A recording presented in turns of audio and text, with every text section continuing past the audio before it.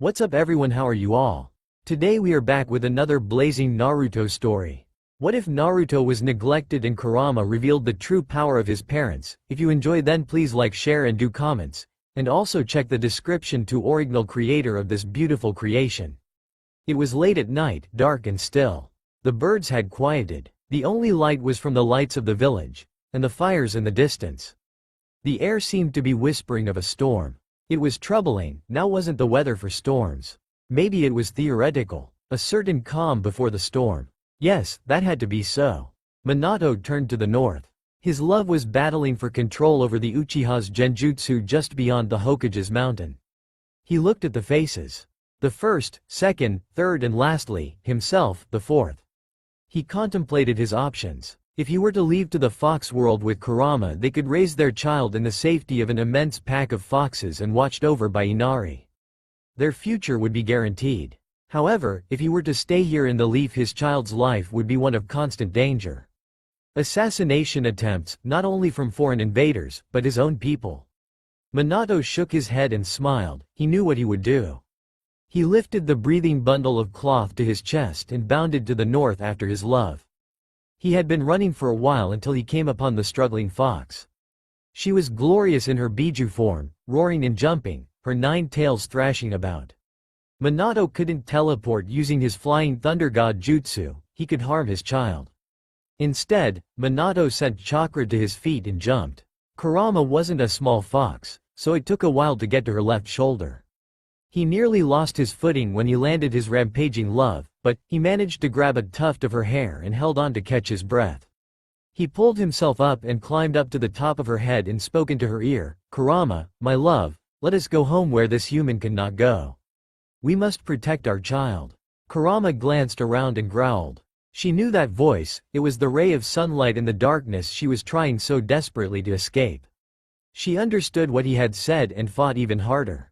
She must break free, even if only a second, then she could transport them both to her kingdom. "You cannot escape me, 9-tailed fox," a man said across from them. He was standing on a large owl summons. He had an orange mask on covering his face. There was a spiral extending out from his left eye, his Sharingan ablaze. "We will just see about that," Kurama roared, and, in a spectacular flash of light, she was gone, leaving an irate and flabbergasted Uchiha behind. The kingdom of Inari was breathtaking. Minato had no idea why he had not agreed to come sooner. Not a single human was bowing to them. Well, bowing to Kurama. They were all magnificent foxes. Their tails were numerous, anywhere from 1 to 6. Never more than 6. Kurama had explained once that the number of tails represented the amount of power one had. Since Kurama had 9 tails, she was most powerful and their queen. Yes, a queen. She was given the largest portion of the power of the 10 tails when the Sage of 6 Paths divided its power amongst the 9 freshly formed Biju. But more talk of that was for another time. Their child had awoken. Kurama had quickly transformed back into her human form and took the crying child. "Shish, my sweet little Naru, you will eat." Minato nearly skipped a beat when she lowered her shirt and allowed their love child to suckle. She was the most beautiful woman to grace the world with her presence alone. Kurama reminded him of Tsunade when it came to facial structure, strong with high cheekbones. Her hair was long and red. Towards the middle it began to curl beautifully. Her eyes were a beautiful yellow that radiated warmth when she looked at him. Oh, and that human body of hers was to die for. If looks could kill, she would be a murderer. Kurama seemed to notice his inner dialogue and swayed at him. Minato understood it meant, "Follow me." He followed her. He received confused glances from the foxes. A little here and there were a bit hostile, but a swift growl from his love made them tuck tail and slink back into submission. He looked to her and watched her walk with her eyes shut. Her face held a look of serenity. She knew the kingdom of Inari by heart. She had walked the same routes for a few thousand years. Nothing had changed over time. It was a welcomed shift in scenery from the violent and ever-changing streets of Konoha. She stopped in front of large twin doors and pushed. Minato would have helped, but it was not asked. He realized Kurama preferred doing things on her own and not to be doted on. He conceded and let her have her way. There was no sense in angering a woman of her right, and of her might. Minato stood in awe of what was behind the doors. Gold and fur as far as his highly trained eyes could see. The ceiling was up too far for him to reach. This kingdom must have been built to accommodate Kurama and her massive Biju form. Dear Kami Kurama, this place is splendid. That was all Minato could say. Kurama smiled at him and led him through the building. They came upon a room filled with toys and baby supplies. They seemed to be very old. Minato walked around and looked. He then glanced back at Kurama. I will teach our child everything I know. Kurama nodded. As will I. She then looked to their child. I have been waiting for a baby to be mine for an awfully long time, love. Kurama placed the sleeping baby into a furred bassinet and cooed. Beautiful, Minato said as he looked into the bassinet. He saw short red hair on top of a small round face. Yes, Kurama said as she led Minato into the main hall, she is. Minato had first noticed Kurama in her human form. Not only was she breathtakingly beautiful, but with each step she took the flora and fauna grew. The budding flowers blossomed, grass grew more healthy.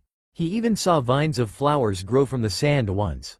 There was something else too. She had a golden tiara attached to her forehead. It seemed to be infused into her skin.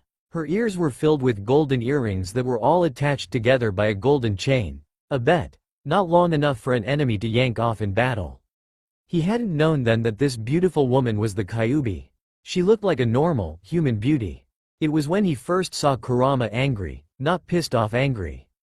But when she was full-blown, about to rip villages asunder angry. Her fury was swift and devastating. The wrath she brought with it was disastrous. That was when Minato Namikaze fell in love. He hadn't fallen in love with her anger, he had fallen in love with her passion. Never had he seen a fire like hers before. She really had the will of fire. And it was glorious. Minato sighed as he watched his daughter.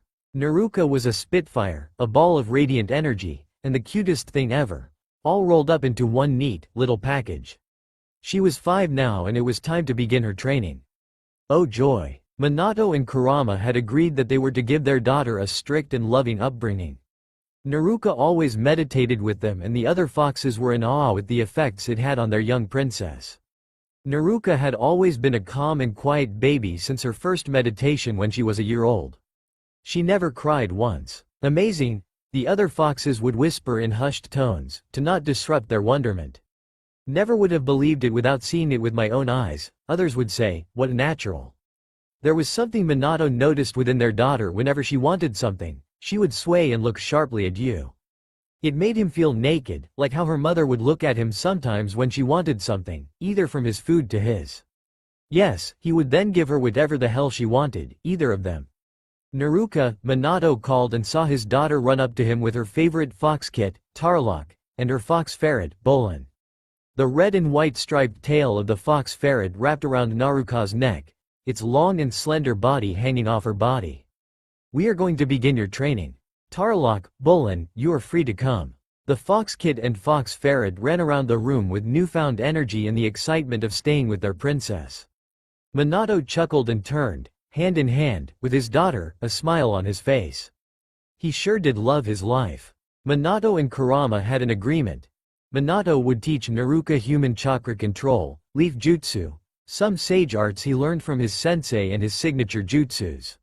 While Kurama would teach her to control her yokai, or demonic chakra, Kurama's arsenal of demonic jutsu, including her prized, blood manipulation, kid jutsu and the transformation from human to fox.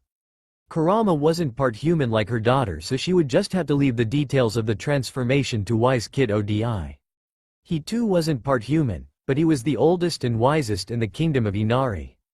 Excluding Inari herself. She was the oldest and the wisest of all the foxes. Naruto, I want you to do as I do, Minato said as he sat on the square rug under his feet. Naruto did as her father instructed and sat on the mat under her feet. Tarlok and Bolin sat quietly a ways away, not to disturb their princess and the king. Minato placed his fingers in the ram seal and closed his eyes. Naruto had been taught how to place her fingers in all the seals at a younger age. She was still practicing, but she was still pretty good.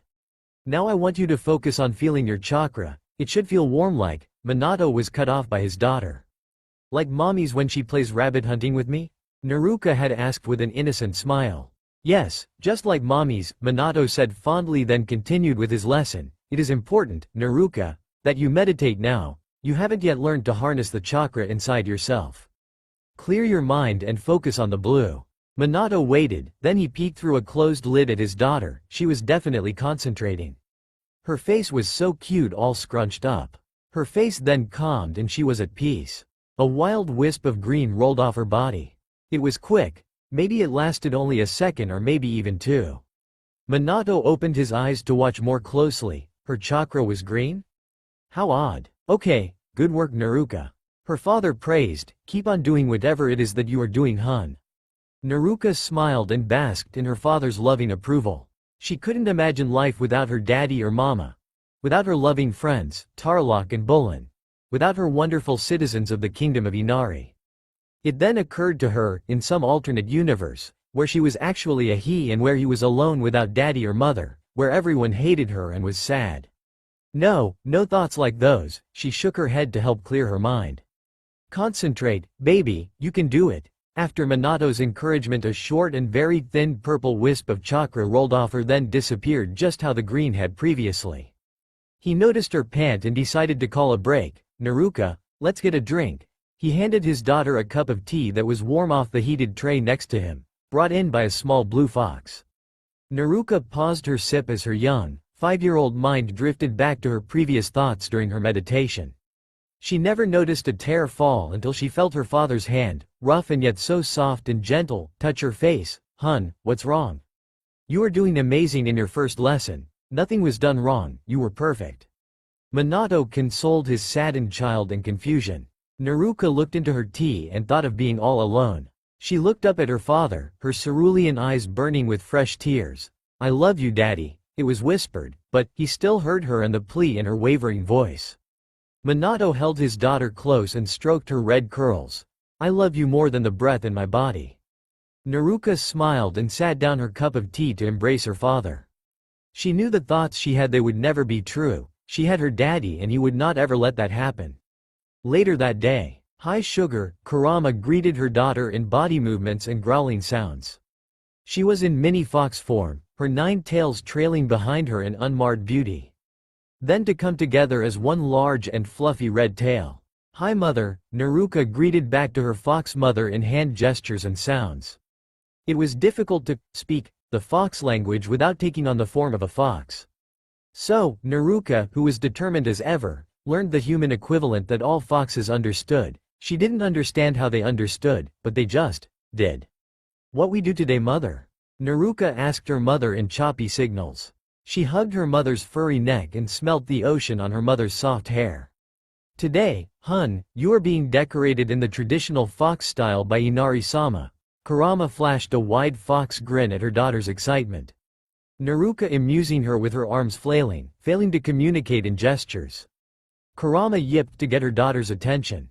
Naruka sat next to her mother and watched her fox body move. We must get you ready, love. Kurama turned to leave and Naruka rose. Kurama turned back to her daughter. Where is your father?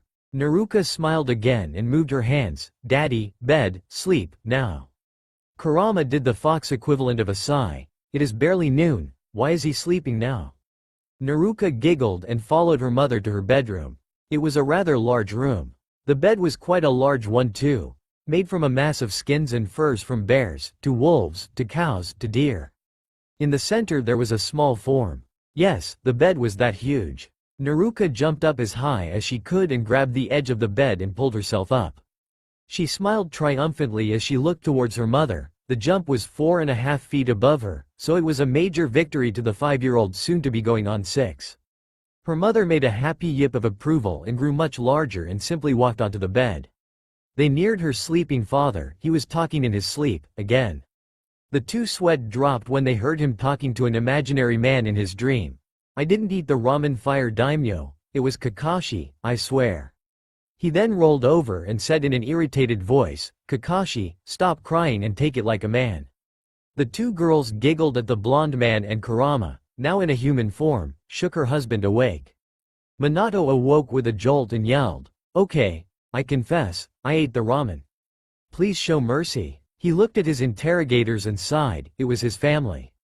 Good, so the fire daimyo and the ramen police weren't on his tail, this time. "You're so silly, Daddy," Naruka said as she snuggled up to her father, nudging under his chin. The nudging under the chin was an instinct that canine did to their alphas when showing affection. He sighed happily and pulled his wife down with himself and their beautiful daughter. They laid there for a while before Kurama spoke up. "We need to get Naruka ready for the ceremony." "Love." Kurama sat up and kissed her husband lightly on his forehead. Minato let a fake tear slide down across his cheek as he sat up. "My baby girl, she's growing up so fast." He tapped Naruka's button nose with his forefinger. Naruka giggled playfully. "Daddy, I'm only 5 years old." Minato laughed. "You're almost 6, little lady." He then tickled his daughter and they laughed and laughed until Kurama called to them.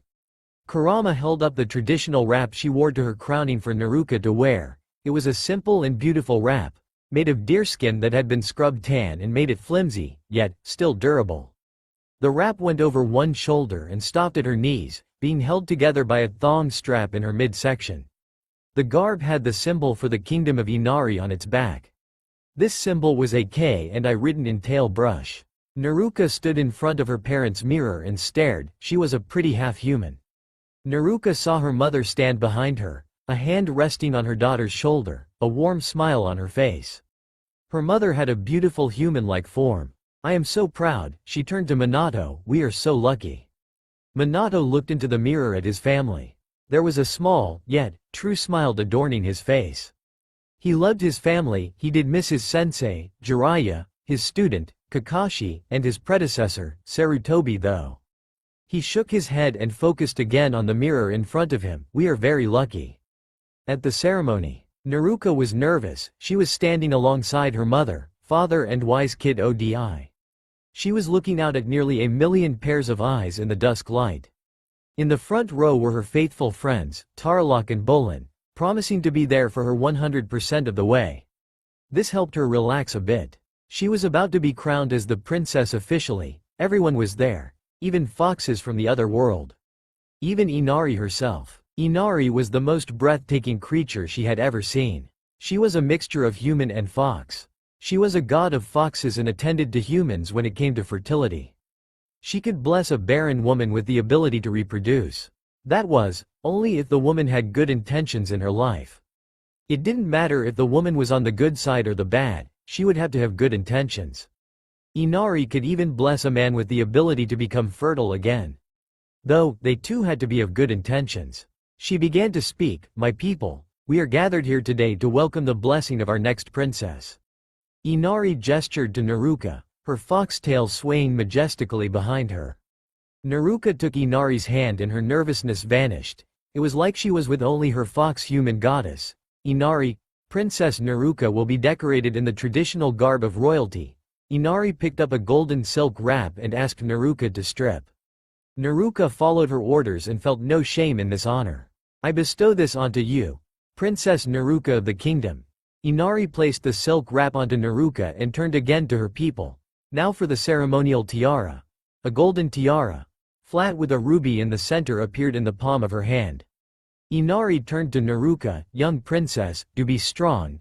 Inari placed the tiara onto Naruka's forehead and pressed down. Naruka felt a white-hot pain erupt in her head. It lasted only a split second. Inari raised her palms to the sky and the foxes all cheered. "Now we do the ceremonial piercings." There was another applause that erupted within the crowd. She turned to the table and motioned for Naruka to do the same. Laid out before them were 12 earrings of different sizes. Naruka looked at them and could see the other side. They were like tubes. She knew this would hurt and felt nervous again. Inari picked up the 3-inch needle. "These are a gift to you." Inari then picked up Naruka and placed her onto the table. The audience hushed and watched on. Inari looked to Naruka and smiled. All uneasiness washed away from Naruka and realized once again that she was in the presence, no, in the hands of their goddess, Inari. There was nothing to worry about. Naruka glanced over to the direction of Tarlok and Bolin. They were excluding positivity and happiness. Naruka smiled. She turned to her parents. They too were happy. She smiled again and looked towards Inari. Inari raised the needle to Naruka's ear and pushed it through. It was weird to Naruka. It stung slightly, but it went through relatively easily. There was a substance on the tip that helped glide it through. Once the first one was in, Inari did the second one, a slightly smaller size. She did the next in it too, like the previous went through easily. The fourth one, however, stung more as it went through the tough cartilage. Inari ran chakra over Naruka's ear and the swelling subsided. She put in the fifth earring, then the sixth. Inari switched sides and did the same. The piercing stung but not badly. Inari's chakra got rid of all the swelling and the pain. Inari raised her palms to the sky once more and they began to glow. When she lowered them there was something in her hand. It was foreign to Naruka. "This is the gift I bestow onto you, Princess Naruka." The goddess then put the odd necklace around Naruka's neck. The necklace was on a gold chain. Hanging from that gold chain was a circle. Within the circle there were two more circles. Those circles were attached by 3 lines. "Inari-sama, what is this?" Naruka asked, tipping her head like a fox. Inari looked at the red-curled girl on the table and took the, rather large, necklace into her hand. "This is a dream catcher. But not an ordinary dream catcher, it is made from my hair. It will help you ward off evil." Naruka was in awe. This goddess just gave her something made from her hair. "Thank you, Inari-sama," Naruka said as she bowed her head in her sitting position. Inari bowed her head and turned to the citizens. "I now proclaim this kid as Princess Naruka in the kingdom of Inari." There was a thunderous applause of yipping and barking as the gathered foxes began to celebrate. Naruka jumped off of the table and ran to her mother and father. "Mommy, Daddy, look," Naruka said as she showed them her new look. Minato nodded, "Very mature, Princess Naruka." Naruka blushed a bit. "I agree," Kurama said as she picked up her daughter and walked up to Inari. "Kurama, it is good to see you." Inari looked towards Minato. "And your husband?" "Tell me, Kurama, how was the immortality ceremony with Wise Kid Odi?" Naruka looked to her mother with confusion. "What's an immortality ceremony, mommy?" "It was just perfect, Inari-sama." She then looked at her daughter. "You see, Naruka, when an immortal being, such as myself, chooses a mortal mate, such as your father, there is a ceremony held to establish immortality in their partner. It is very rare, but it does occasionally happen. So if I fall in love with a mortal, they would become immortal?" Naruka asked, cocking her head to the side. "No, Naruka, it would have to be true love. You would have to be devoted to your partner 100%. Once the immortality ceremony is complete, you two would be inseparable, being together forever." Inari said this very seriously. "You would also have to make sure that they are protected from threats. The immortality is only so they do not grow old and die, they could still be killed." She then took on a look of remembrance. "I had to kill the last queen. She lost her mate and it drove her crazy with sadness and she went on killing foxes. I had to step in." "Oh." Naruka then looked back at her mother, then her father. Her father looked a bit sheepish and scratched the back of his head. "I'm never gonna die, baby, so don't you ever worry about me, okay?" Minato said to his daughter. She smiled and shook her head as she understood. "Now honey," Kurama began, "let's eat." Naruka smiled and ran to Tarlok and Bolin. "She will change the world." Inari then vanished in a ray of light. Kurama turned to Minato and he to her. They then kissed and all was right in the world. "Oh, Minato, you are so, oh," Kurama purred and licked the side of his face. Was all Minato could get out as his vixen ran her hands up his chest, his muscles rippling from the attention. "I love you," she whispered into his ear, her red curls brushing his face. "I love you," Minato sighed as he trailed his hands up her waist to the small of her back. "Wake up," she licked his chin. "Wake up, daddy." Kurama began to vanish. Minato watched as the darkness began to take him. He then heard his daughter's voice, "Daddy, wake up, you promised." Minato slowly opened his eyes and saw Naruka staring back at him. "Good morning." He closed his eyes again. "What time is it?" "Daddy," Naruka whined, "get up." Kurama stirred. She was in her gigantic Kyuubi form, but not battle Kyuubi form, with the fangs and claws. She was in peaceful Kyuubi form. She looked like the largest fox in the world. "It's 6. Minato moaned and looked to his daughter. "Why are you awake?" He closed his eyes. Naruka whined again. "Daddy, we have to go see Wise Kid Odi. He's going to teach me the transformation. Aren't you excited?" Minato opened his eyes again and sat up. "Yes, I am." He paused and looked up at his wife and glared. "Just tired." He said this rather loudly. Kurama just rolled over, making the two smaller occupants bounce with her shifting. Minato huffed then hugged his daughter. She hugged him back, knowing she had won, and ran off towards the open door.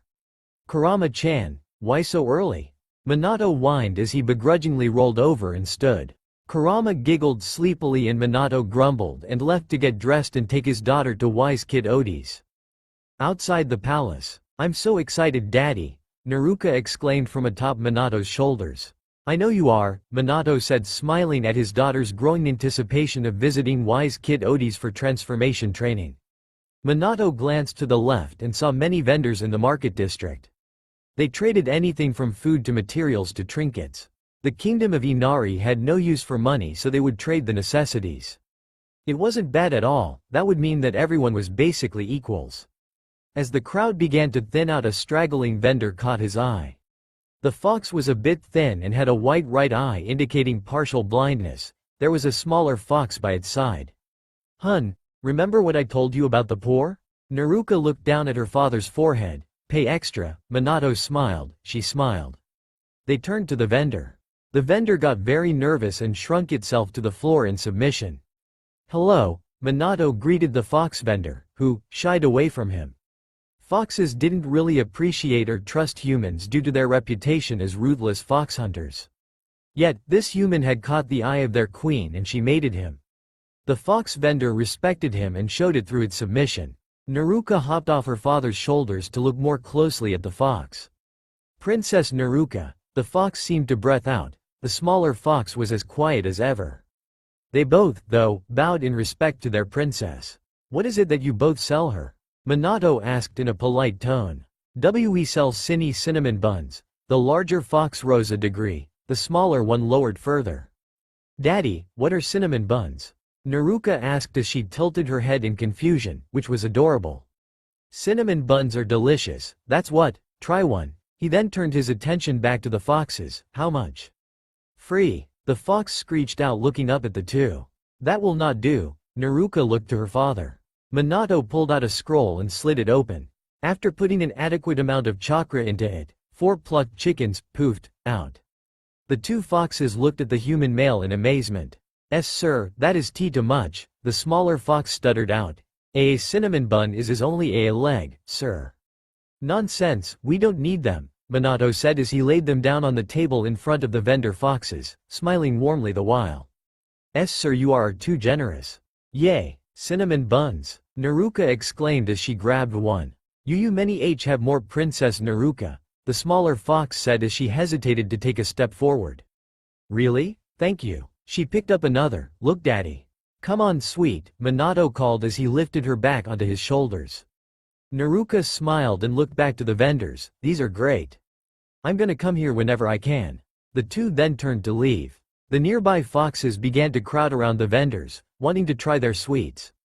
The two vendor foxes smiled and thanked Inari-sama. Long live the princess. The smaller fox yelled. Long live the princess. The other foxes yelled. Naruka and Minato were just leaving the cinnamon bun vendors when Naruka became contemplative, which did not go unnoticed by her father. Daddy, she finally asked. She tugged a bit on her father's hair. Minato, to signify that she had his attention. Are we there yet? There was a sweat drop on Minato's behalf as he answered. Right up there. He pointed up a hill where a large cave was in the side. Wise Kid Odi lives in that cave. Naruka looked up and saw the cave entrance. She then jumped from her father's shoulders in excitement, slapped a cinnamon bun to his cheek in the process, kicked him in the face and used it as a springboard. Minato spun once from the force and fell forwards after a few dazed and failed steps. Minato picked himself up and grumbled about impatience with little red-headed girls. He walked behind his bouncing daughter, her excitement making him grin. He looked up and saw the large entrance to the cave. When they entered, Naruka gasped. It was so pretty. There was bright, seemingly glowing, blue water flowing inside the walls behind what appeared to be diamond. Naruka glanced around and saw that the cave was filled with various books and scrolls of many different colors. She looked to the ceiling and saw that it was the same as the walls. The floor was compiled of many furred rugs of varying shades of brown. Before she could finish filling her eyes with awe, she was interrupted. Ah, Minato-sama, Naruka-hime, an aged, gray fox with 5 tails rose from a bedding in a far-off corner. He motioned for the two to sit before him. "It's a pleasure." He then stopped and sneezed 3 times, throwing his head back and forth quickly. Minato bowed his head. "Hi, Odi-sama." Naruka bowed her head and gave her greeting, then sat on the furred floor. She rubbed her hands over the beautifully textured floor. "Yes, I do believe I know why you are here." He then sat before them on his haunches. Naruka noticed a very large, white scar on his underbelly that had no hair surrounding it. "You, Naruka-hime, need help with your transformation." Naruka nodded. "Pray tell me, Kit, what have you done so far?" Naruka gave a smirk. "I can grow hair on bits of my body, but that's all though." She seemed a bit disappointed that that was all that she could do. Odi flashed a foxy sideways grin at her. "That is a great start, Naruka-hime." Naruka bowed her head in a thank you gesture. She knew that true gratitude is not said, but it is seen. Wise Kid Odi tilted his head in a sign of amusement. "I can see what I have in my library. Minato-sama, please help me." Minato nodded and rose to follow the old fox. Naruka stood too. "Excuse me, Odi sir, what can I do?" She then made to follow her elders. One of Odi's tails wrapped around her wrist and led Naruka to a low table. There was an open scroll on its surface. "Read this, Naruka-hime. This scroll holds a very simple chakra exercise. It should be fairly easy for you to complete." He then bowed to Naruka and turned to make his way back to the bookshelf. Naruka bowed her head and looked at the scroll. There were diagrams and words. Her mother and father have been teaching her to read and write, so she didn't need any help from the adults. She began to read the parchment, then putting it into her own words, since some were too hard to decipher. "First I take a leaf." She picked up a large leaf from a pile on the table. "Second I mold my chakra to my hand." She sent a tiny amount of chakra to her hand. "Last I turn my hand upside down and it should stick." She flipped her hand over and the leaf stuck for a few seconds before falling to the ground. Naruka beamed in her accomplishment and tried again. Soon the little princess was just doing it to amuse herself. Minato was searching through the books and scrolls alongside Wise Kid Odi. The aged fox had asked him to look for certain literature on the transformation from human to fox and vice versa. It was a kitsune book, written by Inari herself. She had entrusted it to Wise Kid Odi centuries ago. He looked out the corner of his eye and saw that the ancient fox had pulled a scroll from the bookshelf and began to open it. He shut it after reading the contents and looked towards Minato, who scratched the back of his head sheepishly and chuckled in a heh fashion. In alternate universe, a certain man by the name of Goku sneezed, scratched the back of his head and chuckled in a heh fashion and resumed dodging many random house objects courteous of his wife. Gohan is going to college. Back to the Naruverse. Minato looked back at the bookshelf and the fist book he saw was the one he needed. The book was a burgundy with golden letters. It was so bright he wondered how he didn't see it sooner. The book translated to Transformations and Control Volume 1. "I found it, Odi-sama." He then handed the book over to Odi, who grabbed it with one of his tails. They then proceeded to turn around and looked at Naruka. They both saw a 5-year-old girl with dozens of leaves sticking to her body. The two chuckled at her. "What?" Naruka said defensively. "I ran out of room on my hands." "You did perfect, Naruka-hime," Odi said as he placed the scroll and book on the table. "Okay now Hime, we must become serious." He received a nod from Naruka. "Okay, this book contains the secrets of transformations and control. It was written by Inari-sama and is most definitely accurate to the T." He then slipped into lecture mode. "Naruka, you are both part human and part fox. You are most unique. This transformation will take a long time to master, but once you do master it, it will become natural." Minato looked to his daughter and saw that she was hanging on Odi's every word. He spoke for a while on the subject before standing. Odi grabbed the book with a tail and flipped through the pages with the other. He had found what he was looking for and put the book down. He then stated to shake. He lost his hair and the bones in his frame were shifting. Where there was once an old kitsune now stood a very old man who resembled Father Time. He coughed a few times and took a shaky step forward, smiling at the shocked faces of the other two. "You did not know I could do that, did you?" He received a nod of no from the two. "Well then, Princess Naruka," Odi chuckled, "shall we begin?" The next 10 years would be one of sacrifice, but what's 10 years to an immortal? Year 1 and 2, Naruka age 5 to 6. 5:30 a.m. to 5:50 a.m. breakfast with mother and father. 6 a.m. to 6:45 a.m. stretching and meditation with father. 6:50 a.m. to 7:55 a.m. Nen, Gen, Taijutsu theory with father. 8 a.m. to 8:45 a.m. chakra control and theory with father. 8:45 a.m. to 9:50 a.m. Fuin Jutsu theories with father. 10 a.m. to 10:45 a.m. stretching and meditation with mother. 10:45 a.m. to 11:30 a.m. Kenjutsu theory with mother. 11:30 a.m. to 12:30 p.m. yokai control and theory with mother. 12:30 p.m. to 12:50 p.m. lunch with mother and father. 12:50 p.m. to 2 p.m. academics, history, science, writing, etc., with mother and father. 2 p.m. 2:45 p.m. to 2 p.m. basic weapons training, kunai, shuriken, ninja wire etc., with father. 3 p.m. to 5 p.m. transformation training with Wise Kid ODI. 5 p.m. to 5:30 p.m. cool down with Wise Kid ODI. 10 laps around the palace with 20 pounds on each wrist and 40 pounds on each leg followed by 20 laps in the river, physical weights stay on. 7 p.m. dinner. 8 p.m. sleep. Third day into training. Daddy? Naruka asked her father as they did their morning exercises. Both switching positions into a downward dog. Minato looked to his daughter, yes hun? Naruka switched in position from a downward dog into a split. Why doesn't mommy get up and train with us? She held the split, she eats breakfast with us then goes back to bed. Minato chuckled nervously, he looked towards the large door of the training room.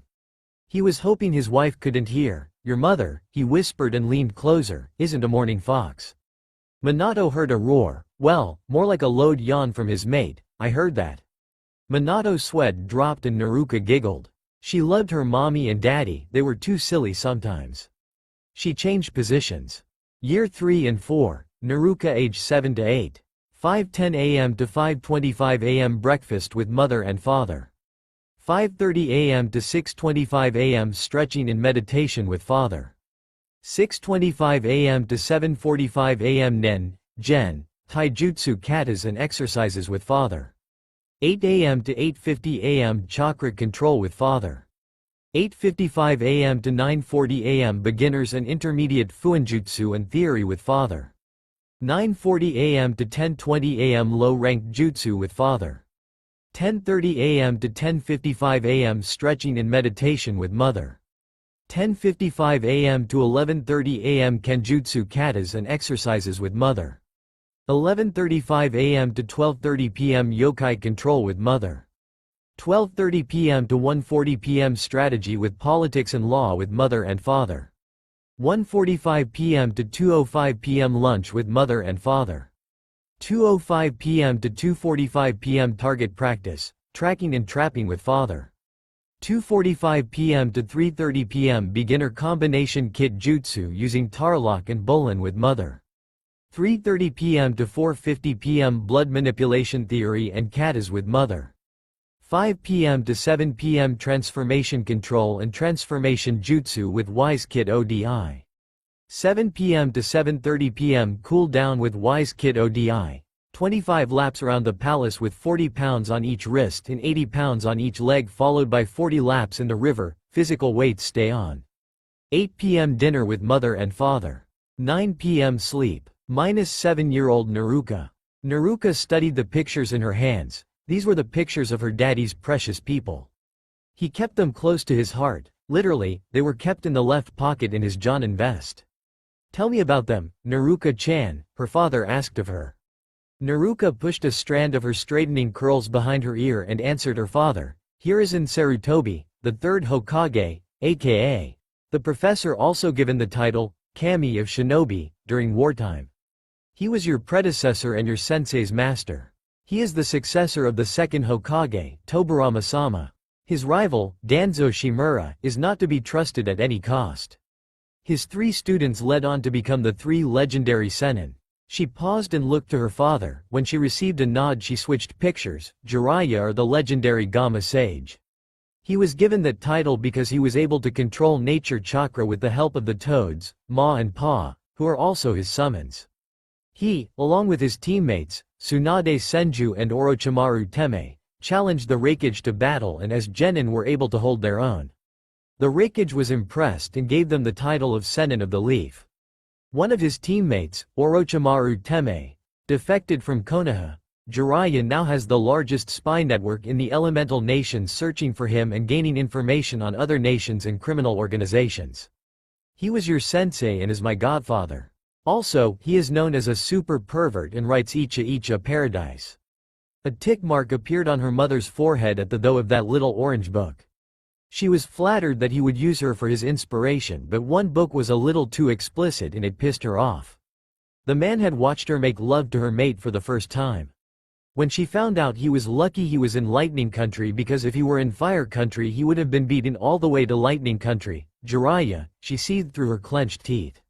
In Tea Country, there was a man peeking over a hot spring wall. He was writing furiously into his notebook when all of a sudden, achoo! Every female in the vicinity honed in on him like a radar and then came at him full force, and with a vengeance, ready and willing to kill any pervert peeper in the immediate area.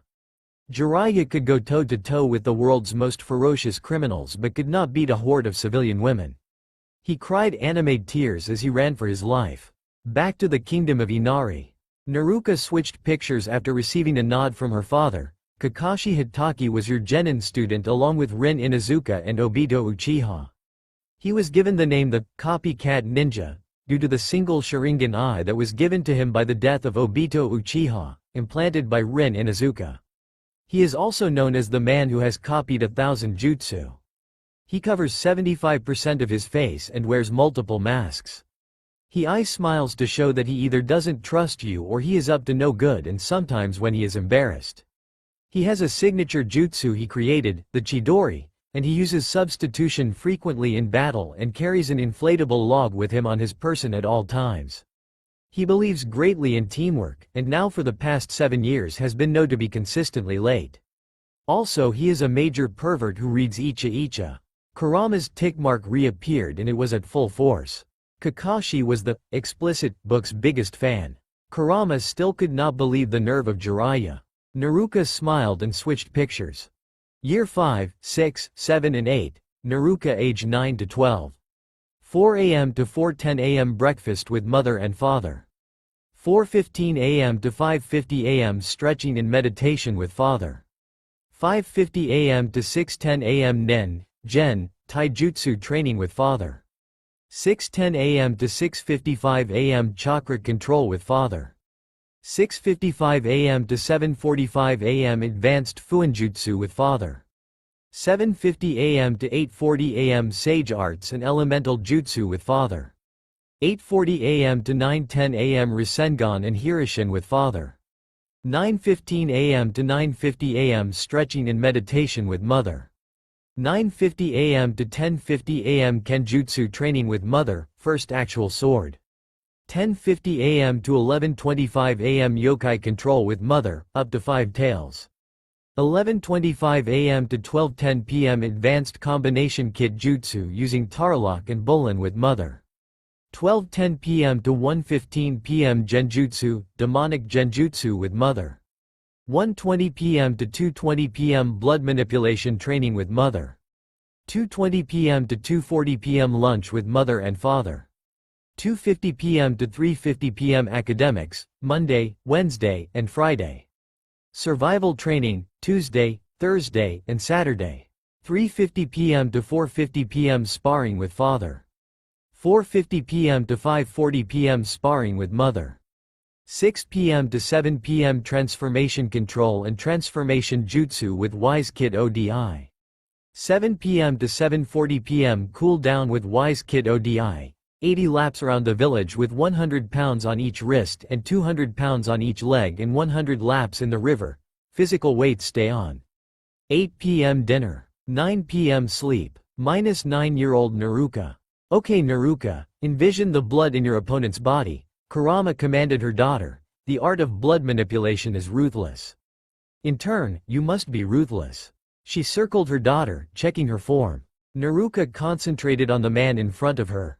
Her mother had taken him from a prison in Iwa. Like her mother and father, she too did not hold Iwa Ninja in high regard. Her father had taken her a few times to the other world as field trips or whatnot, and they were always nasty. Anyways, Naruto refused to use blood manipulation on her people, so her mother had to resort to kidnapping people in the middle of the night, returning them in the morning, or whenever they were done with training. She focused again and looked at the blindfolded man. She felt his blood with her energy. It was very intimate and it aroused her uality. It made her feel very powerful and lusty. She shivered. She moved her arms in resemblance to Sweden like Kata's. The man's body began to contort, his arms went akimbo, his back fell into a bow, he was on his knees and his back twisted. She focused and she was able to twist his wrist until a pop was heard. She splintered his wrist. He tried to scream but nothing but a gargle came out. Naruto pulled more on his blood and lifted him a foot off the ground. He was gurgling even more now and crying like a very pathetic little piece of scum. Perfect Naruto-chan, keep it up like this, her mother praised her and she smiled. Her daughter, like she, was a natural at blood manipulation and was making her mother proud. Baby, knock him out. She made this command sweet. She never needed to raise her voice at her daughter. Naruto was always obedient. She knew she would be able to one day let her go on her own without the worry others had of their children. Naruto concentrated for a split second on the man's brain and he fell limp. She let him fall to the ground and looked to her mother's praising eyes. Next week we will be working on controlling his movements. You can make them do many things Naruto-chan, anything you want. There was a suggestive glint to her meaning and Naruto saw it.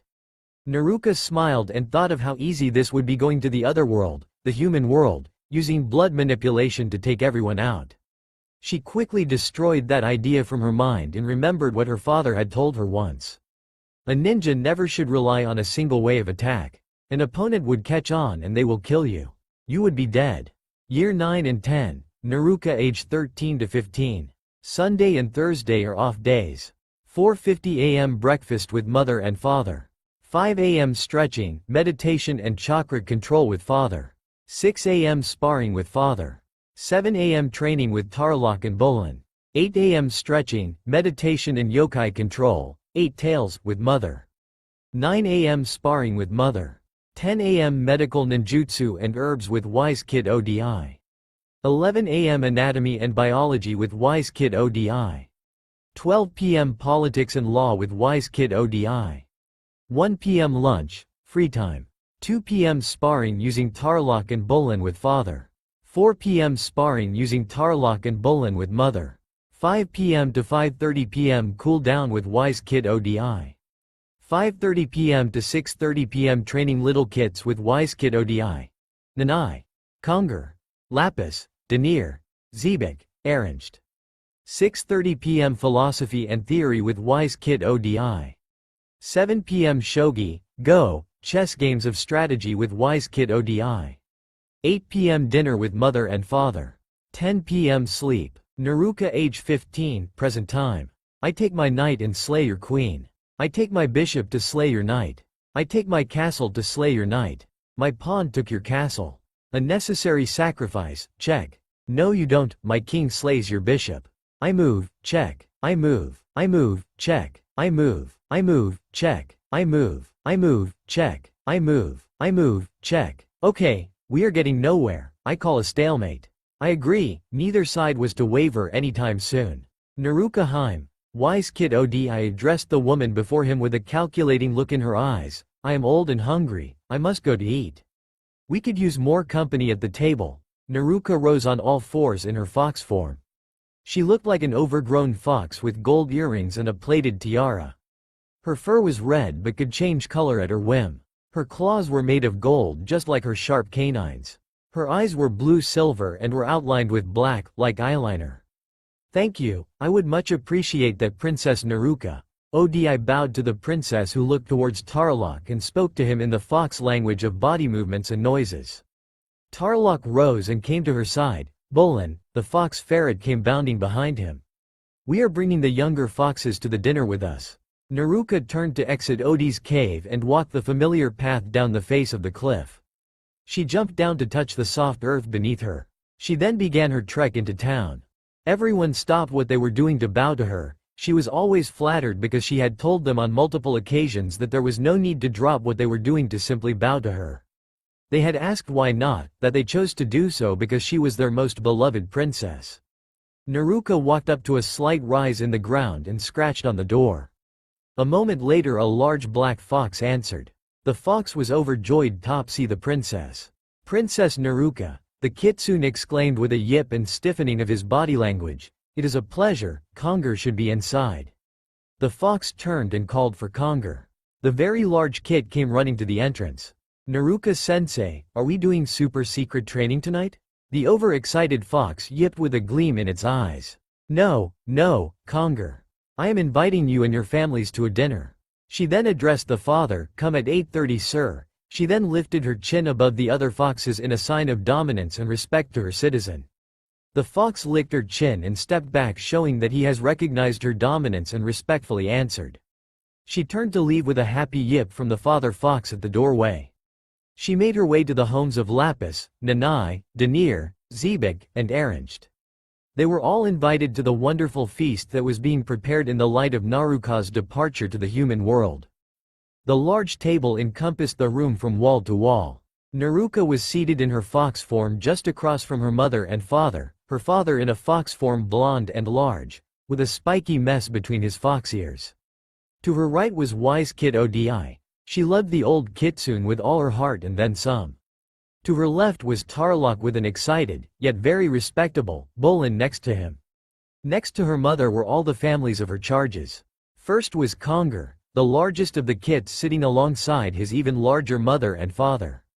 They were well groomed and they were minding their manners. Conger was all brown except a white patch over his right eye that ended at his impressive maw. He was strong and sturdy, like the earth. This made him unique to the earth jutsu. Next was Nanai, the thinnest of her kitsune charges. She was sitting with her equally thin parents. They were a happy family with nothing in them but positive energy. Nanai was a light green fox with longer than normal ears and a thin tail, making it easier to glide through the air with her wind jutsu. Sitting across from them, next to Bolin, was Lapis and her family, who were quiet and collected. Lapis was a blue fox with long, white whiskers on her snout. Her whiskers helped her see when she dove long distances underwater, the depth making it quite difficult to see her surroundings. Her affinity for water allowed her to adjust rather quickly to water jutsu. Next to them was Denier and his family. They were very quiet, like Lapis and her family, and quite small compared to the other foxes at the table. They were white with black rings all over their bodies. They had very large ears that had black tips, similar to that of a desert fox. When threatened, they rolled up their ears tightly and let loose an ear-splitting sound that could render their predators deaf. This made it quite easy for him to be taught sound jutsu. Across from Denier was Zebek and his family of bright red foxes. They were very hot-tempered, but such happy individuals. Zebek's personality earned him the nickname of Hot Head from Naruto. She only used it when she was upset with him, which wasn't very often. No one would dare to purposefully anger the princess. This temper of his made him a perfect candidate for the fire jutsu. At the end of the table was Ernst with his mother and sister. Naruto had found out early in their training that Ernst's father had been skinned by poachers. They skinned his body and left the rest of him to rot. Naruto had been so angry and mournful for her student that she had spent most of a week punching and kicking things everywhere. No one, and she meant no one, brought harm to any of her citizens. Ernst was a sad kid, but when happy, he was very unpredictable and prankish. His unpredictable nature made Naruto and later wise Kid Odi want to train him in lightning jutsu. Naruto saw a waiter fox with two tails holding a tray above himself. Making his way towards the table, he bowed to the occupants and turned to leave after he set down the food. Everyone was ready to begin eating before Naruto called out to the waiter in a soft yip. When he turned, she gave signals to the fox with her body. The language spoke, "Please do leave extra in the kitchen. I wish to dine with you all later." The fox was ecstatic, bowed and ran towards the swinging kitchen door to tell his fellow co-workers. Naruto turned to her mother, who gave a nod and lifted her glass. "I wish to give a toast," she began, "to my daughter. May she slay the evil humans and restore peace among our kind." And with that said, they began to eat and have small talk. When the eating was done, Naruto went to the servants and continued the party.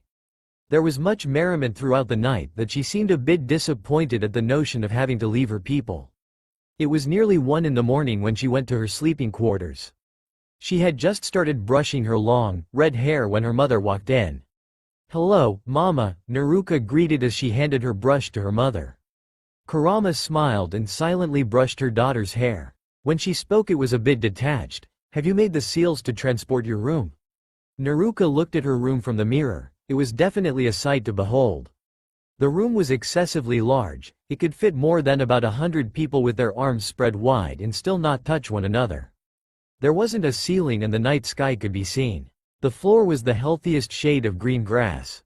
There were a few patches of exotic orchids and many dandelions.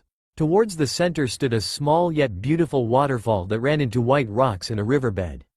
Magic was what wise kid Odi had told her that made the water recycle itself against gravity. In the center of the riverbed was an island of the same lustrous grass, and on the left of said island was a sakura tree in full bloom. The pinkened flowers had grown and some had fallen into the water. In the center of the island was a fuinjutsu symbol of transport. Yes, it was definitely a sight to behold. "Yes, Mama," Naruka answered. Kurama continued to brush her daughter's long, flowing hair. "Good." She paused and looked into Naruka's eyes from the mirror. "Please recite what your mission in the human world is." She then continued her brushing. Naruka was silent for a moment, collecting her thoughts before she spoke. She looked up at her mother and said, "My mission is my first royal act as a princess, and one day, hopefully one day long from now, successor as a Kyuubi. I am to seek and destroy all the poaching organizations, save our kin from the horrible humans that practice this poaching. The horrible ones who do it from some sick and twisted sport die a grisly death. Those foxes that are saved have the option of being housed with me within my transported room. I am to also," she paused and took a long and shaken breath, then continued, "I am also to bury all the lives lost, be it whole bodies, mutilated bodies, furs or even stuffed kin." She then inhaled, then exhaled. She just could not believe that this could ever happen to her citizens. "And how are you to sneak around the elemental nations undetected?" Kurama asked her daughter as she placed the brush in her hand. "By becoming a shinobi of Konoha, of course." Naruka ducked under a left hook from Minato and blocked a right knee with her forearm. She then countered with an elbow to Minato's ribs, but her father just pushed it away with his left. Naruka ducked low to the ground and swept out at Minato's legs, but the man jumped over it and lashed out with his left fist. But Naruka tilted her head and let the fist go past her. She grabbed it, turned and flipped Minato onto his back before smashing her foot on Minato's face. At least that would have been what had happened if Minato hadn't rolled to the side and thrown a kunai at Naruka. Naruka brought out her own and blocked the kunai with hers before lunging at Minato. The two clashed with kunai for about 30 seconds with neither really having a disadvantage, before Minato jumped back with a smirk on his face. "My daughter, you have grown exquisitely in our training. I have no doubt you will shake the human realm to its very foundations." Minato beamed in fatherly pride at his daughter's strength. "That is enough for today, love. You passed my test. Now you must pass your mother's test before you are ready to leave for Konoha." He then put away his kunai. Naruka bowed to her father. "Thank you, Daddy." She then smiled and shushed away to her mother in a puff of smoke. "Good luck, baby," Minato said as he left to go home, a young fox at his feet. Naruka caught her mother's fist and Kurama caught hers. Naruka struggled and pulled free. She jumped back just as Kurama's fist launched at inhuman speed. Kurama's chakra-enhanced punch made contact with the ground and sent a wave of spider-webbed cracks along its surface. She stood and turned just in time to dodge Naruka's furious combination attack. Her fist passed by Kurama's face and her heel scraped the side of her mother's knee. Kurama smirked at Naruka's small victory of grazing the great and powerful Kyuubi in hand-to-hand combat. It was short-lived when one of Tarlok's tails came down and forced her to dodge to the left, right into Naruka's awaiting haymaker. Naruka punched her mother in the face and watched as she poofed into a log. Her mother, the almighty and all-powerful Kyuubi, just used a substitution, and with a log at that. Naruka gritted her teeth, closed her eyes and listened. She then snapped her eyes open to the right and saw her mother inches from her, barely dodging the kick that made contact with her foot. Naruka yelped and staggered back. It hurt like hell. Bolin then came flying in a flame of white-hot fire. all the while screaming like a Super Saiyan powering up with a squeaky voice. In alternate universe, a certain man by the name of Goku sneezed, scratched the back of his head and chuckled in a heh fashion and resumed dodging many random house objects courteous of his wife. I will not allow you to turn our son into a delinquent. But Gohan needs to help defeat Cell. He pled to his wife as a television set made contact with his face. Back to the Naruverse. Kurama dodged Bulin and turned in time to see Naruka and Tarlok spinning in a Gatsuga fashion inches from her. She smacked them away and the two dug into the ground upturning the grass and dirt. "You Passheim," Kurama called as she saw her daughter's hands halt the forming jutsu while still laying on the ground. Kurama smiled at the look on her daughter's face as she walked towards her. "Let's go. You three have a very long journey ahead of you." Naruka stood and adjusted the gloves on her hands and followed her mother. It was time to leave the kingdom of Inari. The goodbye ceremony was huge. Everyone was there. As she followed her mother and father to the center of the kingdom, she stopped at a frequented vendor's stand filled with hot and fresh cinnamon buns. She took one and placed a plucked chicken from her scroll on the table. The two foxes from her childhood smiled and bowed to her. They were a lot healthier and happier. Naruka bowed her head in acknowledgement and continued her path with Tarlok and Bolin to the center of the kingdom. As she approached, she saw wise Kid Odi sitting in front of the tall pedestal and smiled. "Goodbye, my friend." "Goodbye, Heim." The old fox then bowed deeply to her and stepped aside. Naruka stopped in front of her mother and smiled. "I love you, Mama." Her mother held her tight and sighed. "I love you too, baby." She then whispered into her ear, "Remember, baby, human men can be easily manipulated. You are a vixen, Naruka-chan. Use your gift of seduction to get what you need without violence." She then kissed her daughter's cheek. "Then, you kill those fox-hunting bastards." Naruka turned to her father who was crying. "My baby's all grown up." He embraced her. "Remember," he whispered, "Daddy loves you." He then kissed Naruka's cheek and smiled. "And I am so proud of you. 15 and out to save your people." He then leaned back with a large and bright smile. "Tell the old man hello for me, and my sensei. Tell Kakashi to stop being late too." Naruka allowed a tear to roll the path of her beautiful face. "I will do that, Daddy." She then wiped her tear. "I love you both." She then turned back with Tarlok and Bolin. "I love all my people." The crowd then erupted into a wave of sound as Naruka and her companions left in a spectacular flash of light. Outskirts of Konoha. Naruka opened her eyes and saw nothing but trees, the largest trees ever at that. She sat up and looked all around her. She spotted Tarlok and Bolin, who were sprawled out a few feet away. She sniffed the air and smelled old, but still traceable, human scent trails. Standing to dust herself off, she looked down at the outfit she was wearing. Her mother said it was one of her favorites, perfect for flexibility and seduction. She smirked. Naruka wore one very revealing attire. She had a white and sky blue cloth that wrapped her chest and draped down her left arm to just below her elbow. Her left hand was wrapped with brown leather to protect her from calluses when using her sword. Her rather large S were propped up by two brown, leather straps. Her right arm was bare of cloth but had a leather, fingerless glove and a gold band just below her shoulder. Her belly button had a small diamond stud showing through the top. The most revealing part of her state of dress was what she wore to cover her nether regions. Nothing but a white pair of underwear. At her hips was her belt with the dreamcatcher Inari-sama gave to her on her right hip and a gold plate on her left hip filled with intricate designs. Attached to her belt was the same cloth that wrapped her S. It trailed to just above her right knee and was held by a gold band. It covered absolutely nothing. At her feet were a pair of gold shinobi-styled sandals. Her hair was a bright red and reached below her mid-thigh, nearly touching her knees. It was trying to be held back by a bun with long, sharp chopsticks. Her tiara was on her forehead and the red ruby gave a soft glow. Her ears were filled with 6 piercings. Instead of just gauges, she wore small gold hoops with them.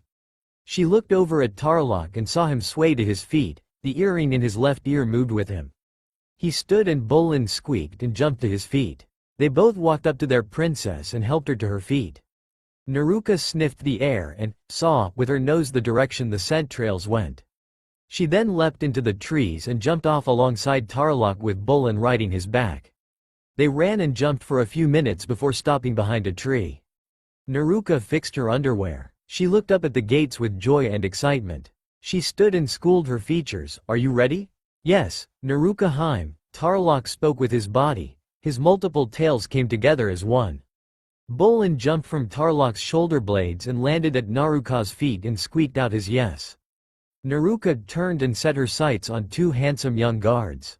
She smirked. Easy. Konoha gates. Azumo Kamizuki tried to move the hair from in front of his eyes. He was tired. Konoha had another slow day and he was just trying to survive the grueling summer heat Konoha is known for. Sadly, the village hidden in the leaves known for its large abundance of trees doesn't have a single tree by the south gate. Not even a small fern. Kotetsu Higane was adjusting the bandage on his nose for the 100th time, wishing for something interesting to happen. His wish was answered in the form of the most ally appealing woman he had ever seen. She was riveting. She was glowing. Azumo, he whispered to his partner, Azumo. Was all he got. You see what I see? About 5 feet 4 inches, long red hair, wide legs, wearing only underwear. Yep. Azumo held up the hair in his face to soak in the beauty. The woman of beauty walked ever closer to the hypnotized men. Time was crawling. She took a fingernail and ran it over Kotetsu's bandage. Excuse me, but may I please go to see the Hokage? Kotetsu lost his words at her arousing touch. His face burned with an unhealthy red. She smiled at him and looked to Azumo. Is there anything I need to enter? She then tugged at Azumo's chunin vest and licked her lower lip. Oh, yes, Azumo rattled. Papers. You need papers. The beautiful woman frowned. I'm sorry. She let go and took a small step back and tossed her hair in her arms in an embarrassed fashion. I hadn't realized. Kotetsu snapped out of his stupor. Ma'am, we need to see some papers, that's all. He swallowed a lump in his throat he hadn't known was there. Well, you see, she leaned in close towards the two. Once the Hokage sees me, he will know exactly who I am. I'm sorry, but we could send someone to get him for you, Azumo said quietly to the beautifully delectable woman. Her gaze made him feel very small. Can someone take me to him? He's my great godfather. She crossed her arms under her ample S. The two guards were shocked. What? Azumo stuttered out. Could I go to him please? She seemed to have a twinkle in her eye. Please? I'll take you to him, Kotetsu mumbled out. She squeaked and grabbed his arm, pulling him out of his chair. Yay, come on. She then pulled Kotetsu away. Bye, she yelled back to Azumo. Aw man, Azumo cried with anime tears. Kotetsu. Walking through the streets of Konoha was a fun experience. Naruka never knew just how stunning she was. Plus with every step grass and the occasional flower grew. Everyone, man, woman, and young human stopped and stared. It was truly a rush. Naruka was latched onto the man from the gate's arm, swaying her hips as she walked. She could smell the nervousness rolling off of him. My name is Naruka. The man was a bit surprised with the introduction. Well, my name's Kotetsu. She giggled at Kotetsu's nervousness. Is Gigi-san near the center of the village? Naruka asked in an innocent tone. Yes, if you mean Hokage-sama that is. She could feel within herself that this man was aroused. She bit her lip at this sensation. Naruka giggled again. She looked around and saw a jonin bar. One man stuck out with the mask, Kakashi Hitaki. She smiled and pulled Kotetsu closer to her and whispered, Is that Sharingan Kakashi? He looked out and saw Kakashi. Yes that is. Naruka smiled at Kakashi's expression, as if he knew her once. He then shushed away in a puff of white smoke. After walking for a few more minutes Naruka looked to the rooftop adjacent from her and Kotetsu and saw Tarlok with Bolin riding his shoulders. The princess made a signal to him with her fingers, stay close. They then vanished out of sight. Not far, she could still smell them near. Here's the Hokage's tower, Kotetsu said drawing back her attention. Naruka looked at the building before her. It wasn't very big. Well, compared to her palace she grew up in, it was relatively small. There were many people running in and out, mostly ninja. For such an important building this place hadn't a single bit of gold, silver, or even bronze. She then remembered these were people, not foxes. They weren't attracted to shiny things such as gold, silver and bronze. She looked to the man next to her. The princess pulled on Kotetsu's arm. Come on. I want to see Gigi-san. Yes ma'am, he allowed her to pull on him, enjoying this while it lasted. Poor Izumo. With the Hokage. Oh, Hokage-sama, a young and busty brunette woman, naked and perky, cooed into the old shinobi's ear, "You are a very naughty man." "No, you're naughty," he whispered to her as he kissed her neck. She responded by pressing her large, bare ass to his chest. Leaning from the top of the large desk, pushing paperwork off as she moaned, "Gigi-san. Wake up."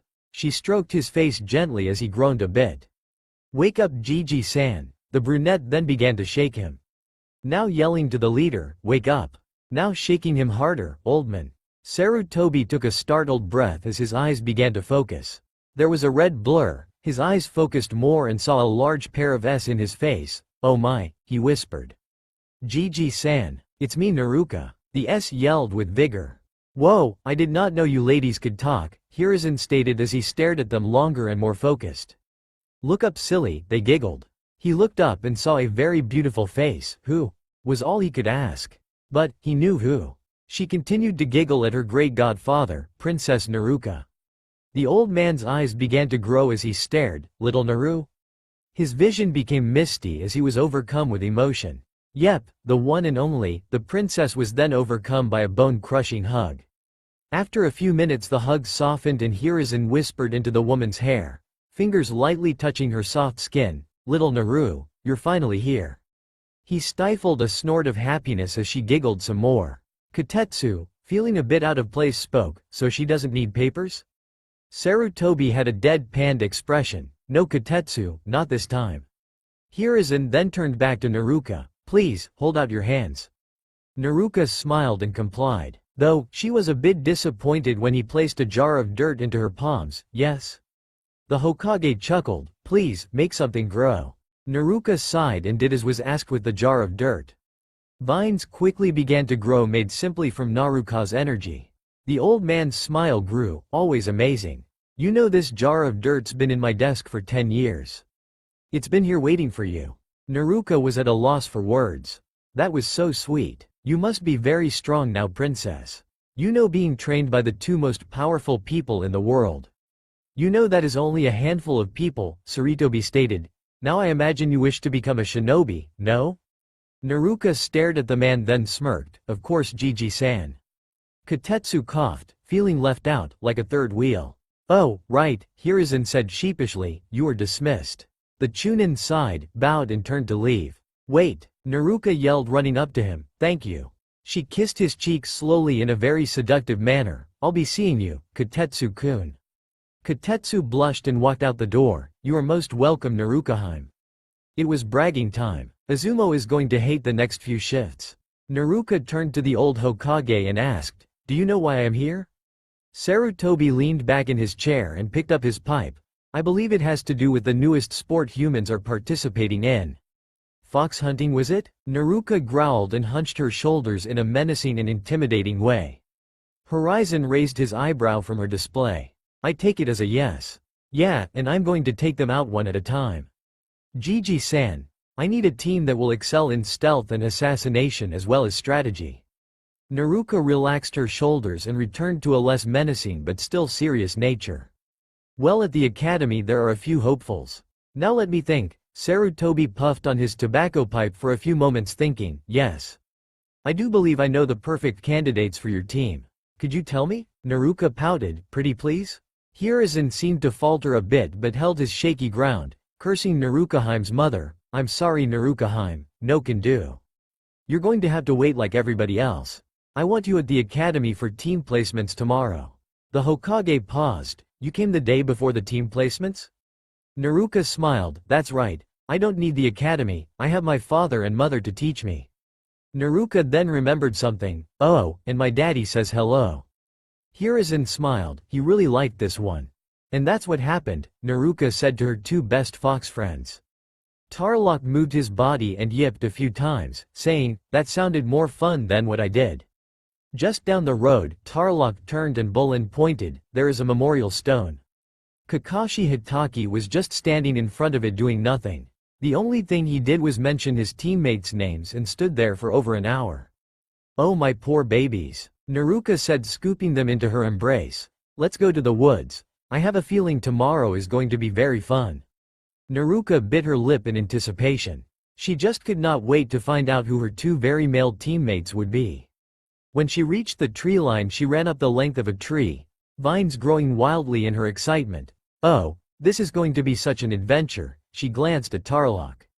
I don't think we should transport my room here though, it doesn't feel right, love. Tarlok nodded, you are indeed correct. There is something happening here, something very wrong. My fox senses are going off. After running and jumping for a short distance, Tarlok stopped and looked to his right. By the tree was that same whiny human he had to watch for an agonizing hour. Hello, Naru-chan, he said with an eye smile. Naruka smirked and strutted over to him, thanking Inari-sama for another male encounter. Hello Kakashi-kun. She gently touched Kakashi's hand. Is there possibly something I could help you with? Kakashi began to sweat. He knew just how this would end. He had played Naruka's mother, Kurama, in this dangerous game and lost every time. Vixens were a natural at seduction. Why the hell was he here unprepared?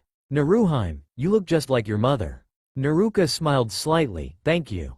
She then bit the right side of her lower lip. I've heard so much about you from father. She looked Kakashi in his lone eye. Do you mind? I mean, could I please see your other eye? She tapped his forehead protector with her nail, holding in her squeal. This was so exciting. Kakashi smiled nervously. This is quite unexpected, but I guess I could humor you, princess. Kakashi raised his headband and saw the expression on her beautiful face. She seemed to have mixed emotions. Is there something wrong? Kakashi mentally smacked himself. Why the hell was he feeling so self-conscious all of a sudden? Like her opinion mattered? Oh yeah, he was losing. I already knew it was the Sharingan, but my mother said that the Sharingan wielders are the Uchiha. I know how you got it, from Obito, but father said that he was a very nice person. Not your run-of-the-mill, prissy pants Uchiha. I don't know if I should just trust my instincts or kill them all now and get it all over with. Kakashi smiled a creepy eye smile. His Sharingan eye not moving. Well, though it is rare, there are some Uchiha who aren't asses. Naruka got back into her playish ways. Oh, so you would know. The Uchiha were alive and as thriving as ever. He and the Hokage were looking into them. There was something not right. 8 years ago there was a rumor of a co-op, but it never panned out, so the massacre was called to a halt by the Hokage. Ever since that night they have been like mice to a hawk. The Hokage watching their every move. Well, you'll just have to meet one and decide for yourself. Kakashi then saw in advance what Naruka was going to do thanks to his Sharingan and blushed slightly. Naruka slowly raised her hand to Kakashi's face and traced his lips through his mask ending at the tip of his chin. She pulled her hand back and smiled. I should be going, Kakashi-kun. But, before I go, my father said to stop being so late. She winked and watched him lower his hayate. She kissed his cheek, turning to run through the trees, Tarlok and Bolin in tow. Kakashi let out a held breath. Damn, she is quite the woman. Kami forbid the ones who fall prey to her. Kakashi then giggled to himself. He wanted to be one of those ones. Naruka and her loyal subjects came upon an uprooted tree. She heard yelling and screaming coming not too far from there. She looked to Tarlok. Stay. She turned to the commotion and jumped a few trees before coming onto the most unusual sight. There was a boy with long brown hair in a white kimono, not unusual. There was a pretty girl with buns and a Chinese-styled shirt and pants, again, not unusual. There was a man in a green spandex jumpsuit with orange leg warmers, a bowl-shaped haircut with bushy eyebrows and a large nose. That was weird. What was the weirdest was the boy next to him, possibly 16. With the same exact style of dress except he had the largest eyes she has ever seen, almost comical. They made him look owlish. It made him look absolutely adorable. Naruka listened to their loud conversation. Lee, your flames of youth burn brightly. Neji, 10-10, join in the merriment, the sensei yelled. His other male charge just stared disinterested at him. The female smiled slightly and gave a weak, woohoo.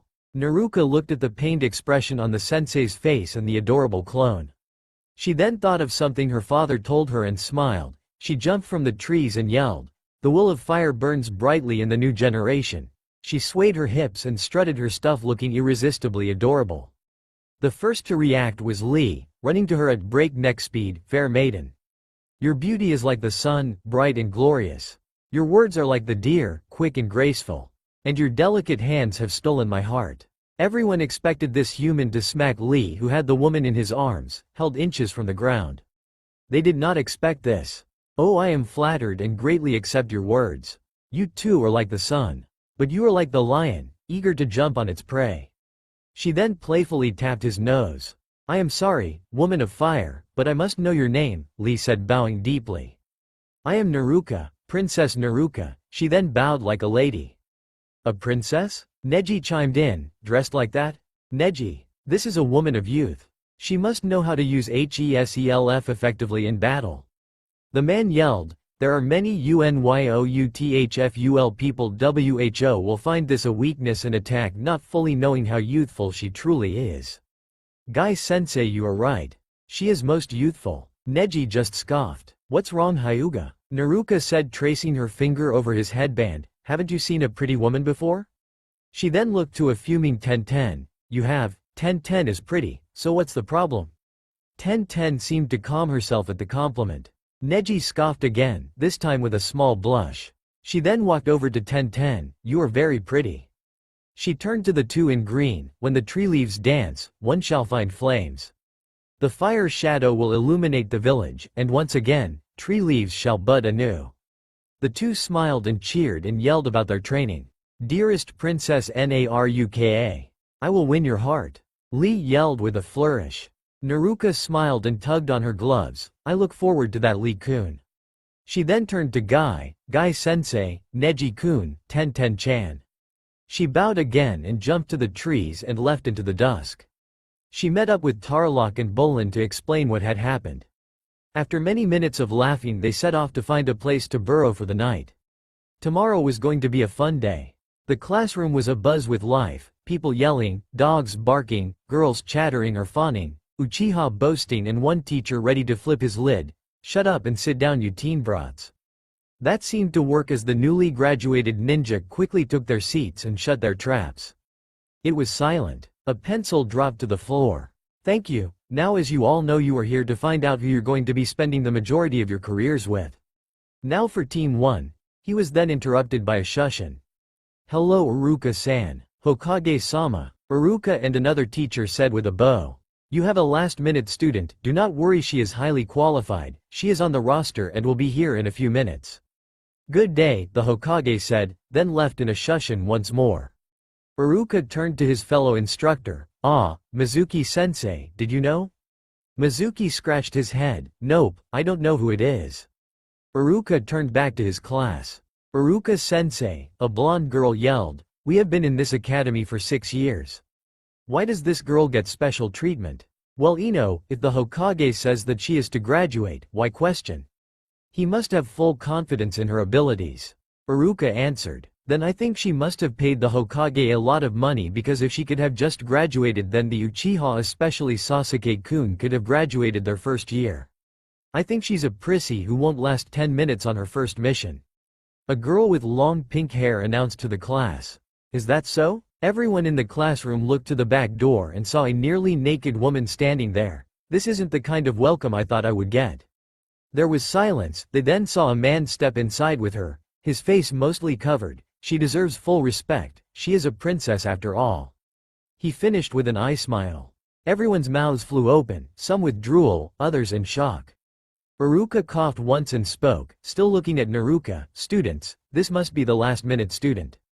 The class silence had to have been broken sooner or later. What kind of ninja outfit is that? The girl with pink hair screeched, causing people to recoil in ear-slicing pain. Oh, this? Naruka asked. My mother said it was too inappropriate to run around the elemental nations in a bikini. Naruka never minded the woman's tone. Though, it did shock Naruka. She had never once been yelled at before, ever in her life. It was oddly satisfying, though she did wish the female human wasn't so loud. Boo on mom, Kiba said, ogling Naruka. She winked at him and grabbed Kakashi's hand to go sit next to a pretty girl with blue hair. The girl was reeking of nervousness. Naruka gave her a smile and the girl's face reddened like a tomato. Excuse me, Kakashi-san, Uruka asked. Why are you here? Early? Kakashi sighed contentedly and remembered what had happened early this morning. Flashback. Oh, yes, Kakashi-senpai, please. I want to have your babies, a very busty woman with red hair moaned into Kakashi's chest. Kakashi was naked and panting from foreplay with his smoke and beauty. She moaned and moaned, Kakashi-kun, wake up love. Kakashi shook his head and rolled her over to lick her stomach. Kakashi-kun, please, wake up. She moaned as his tongue left a trail of saliva, please. He then felt himself being dragged out of bed but he wasn't moving. His vision started to blur before he jolted awake. He was very wet. Hot water was hitting his face. He felt the smooth surface of the tub. He tried to get up but something was holding him down. He felt around and felt flesh at his sides. His eyes focused and he saw a red-headed woman on top of him. She was so close to his masked face. Naruka-hime? Before he could get an answer, her lips were on him so tender he lost all motor functions as all but one part of his body went limp, though the mask lessened the sensation. She parted from him and sat up. Hello sleepyhead, I'm your teacher and I'm going to be teaching you on how to arrive at the times given. Come on, get up. We are going to the academy, Kakashi-kun. She leaned back on her knees, being sure to rub herself on his erection. Yes, she knew what she was doing. Kakashi moaned and obliged, yes princess.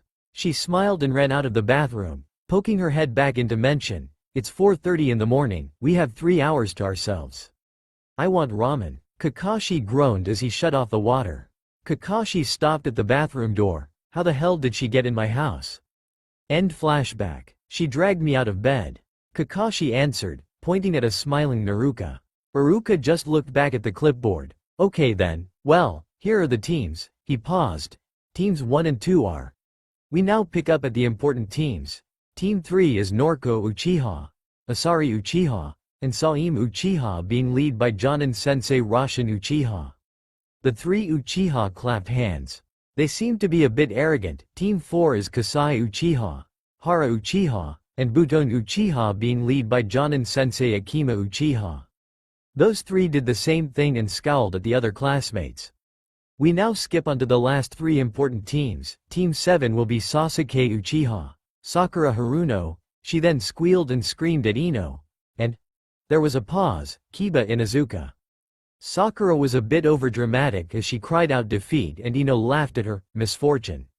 Kiba simply patted Akamaru saying they would buy some earplugs later today.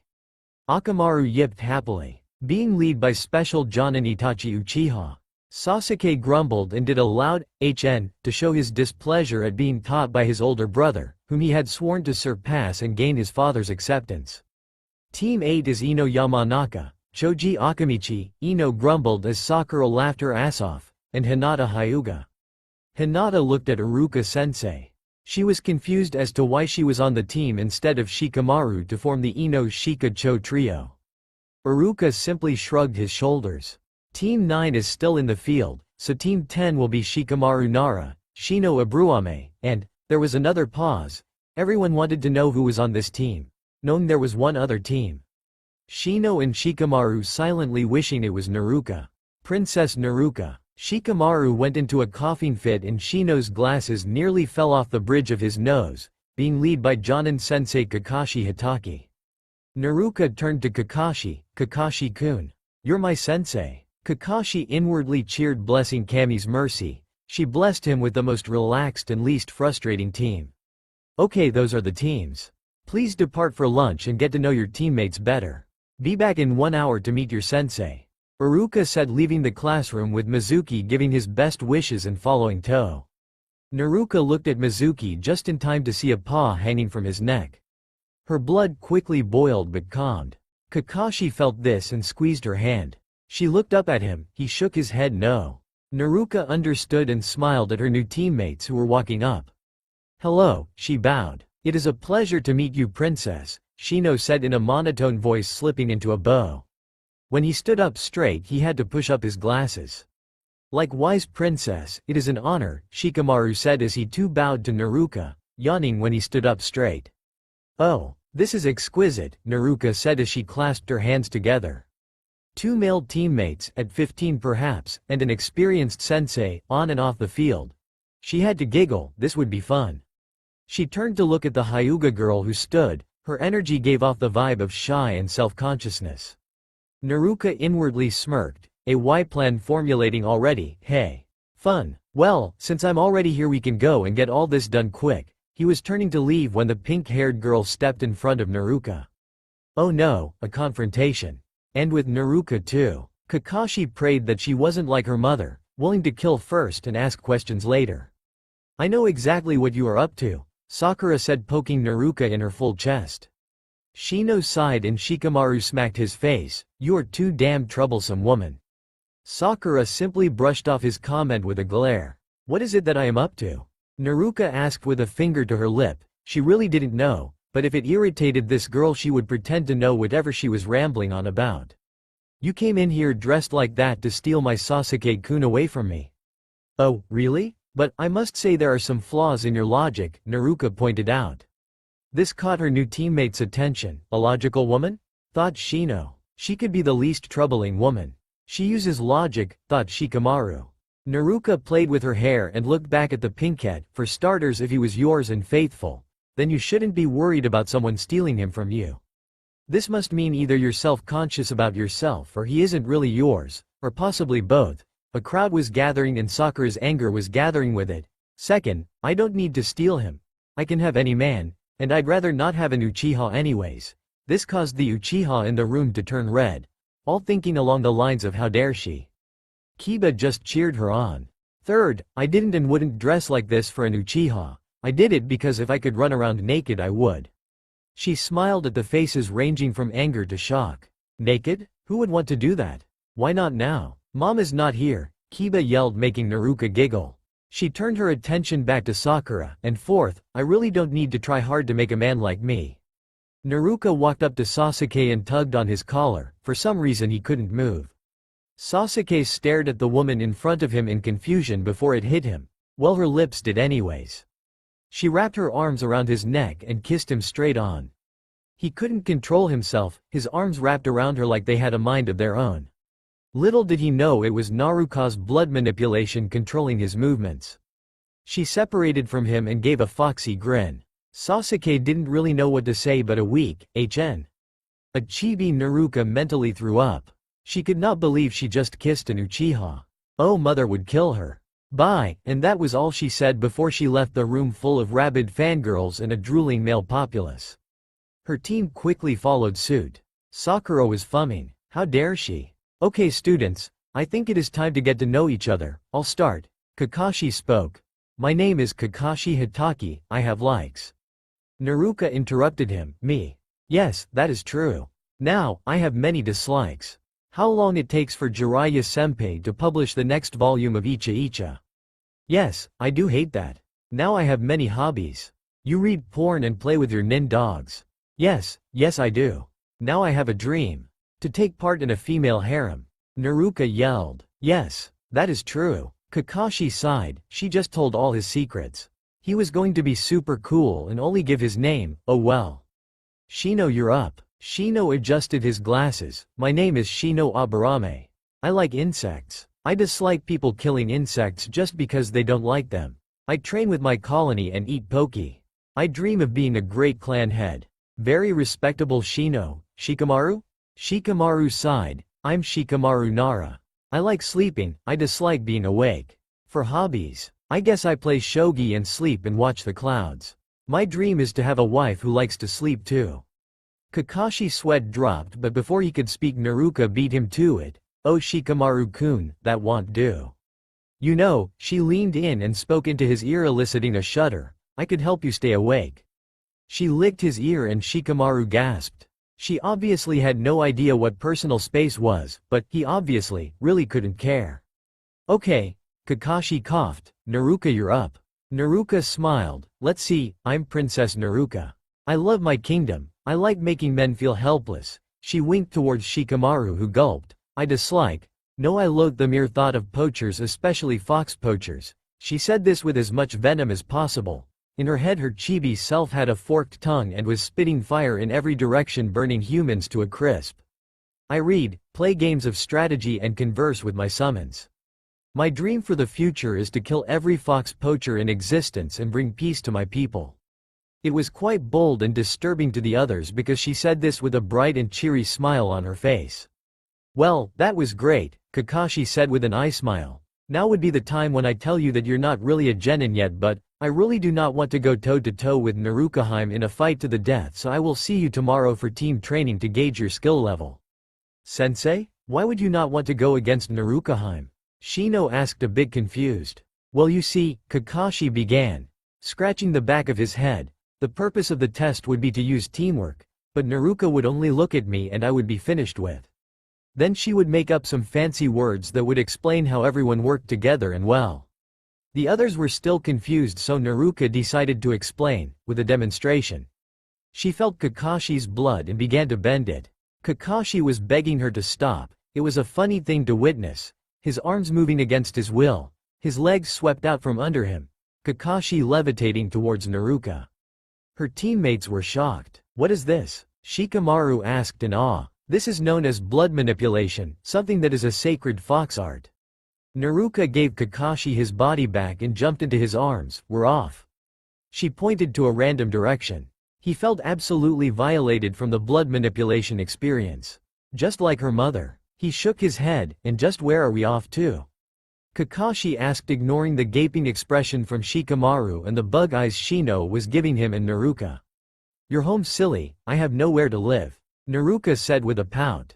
Kakashi sighed. Tomorrow, training ground 7, 10 o'clock sharp. They then left in a shushin of white smoke. Shino and Shikamaru looked at each other for a moment. Do you think they are you ally active? Shino asked. I really wouldn't want to know, Shikamaru said as he and Shino went their separate ways. Please, please, please? Naruto begged the man sitting at the couch, just once, please. Oh, if anyone were to find out he would be finished. On the other hand, this was a once-in-a-lifetime opportunity. He really should think about this before he made his decision. I really don't mind. In his defense, he did think about it for a split second. Besides, she's 15 and he's 25, it wasn't like he was a creepy old man. Naruto quickly dashed to his bathroom. Kakashi looked to the fox next to him on the couch. Tarlok looked back and they shared an awkward moment. Bolin was the one who spoke up with a hiss and yip combination. Okay, you don't need to get hostile. Bolin tilted his head and spoke to Tarlok. This human is weird, I said I liked him. Tarlok nodded his head in agreement and looked towards the opening door to the bathroom. Naruto stepped out, stark naked. Well, that's what Kakashi wanted, but instead she was wearing the shirt Kurama had given to him. It was the shirt with the fox on it. Once again, in his defense, he was 12. The shirt was small on Naruto though, barely covering her ass. She was in her white underwear too. Kakashi tried with all his will to not put his book down, dipping into his inner reserves of willpower. He glanced up and saw the diamond stud in her navel. He began to sweat. Banging Sensei's daughter was a no-no. Banging the Kyuubi's daughter was an even bigger no-no. This isn't fair, Chibi Kakashi yelled in his head. She was glorious. There was a 10-year difference between them, but in the ninja world that did not matter. If she wanted to, then he was game. Naruto walked over to Kakashi. So? Naruto asked, what do you think? Kakashi was sweating even more. Classy.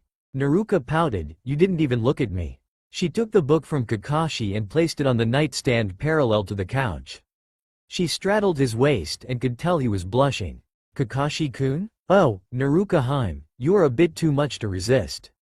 You are like forbidden fruit, one bite and I'm dead. Kakashi said, stretching his arms out wide on the couch, really trying not to touch her. He knew if he touched her once, he wouldn't be able to stop. Naruto pouted again, biting her lower lip, furrowing her eyebrows. Kakashi-kun? I'm too much everything, aren't I?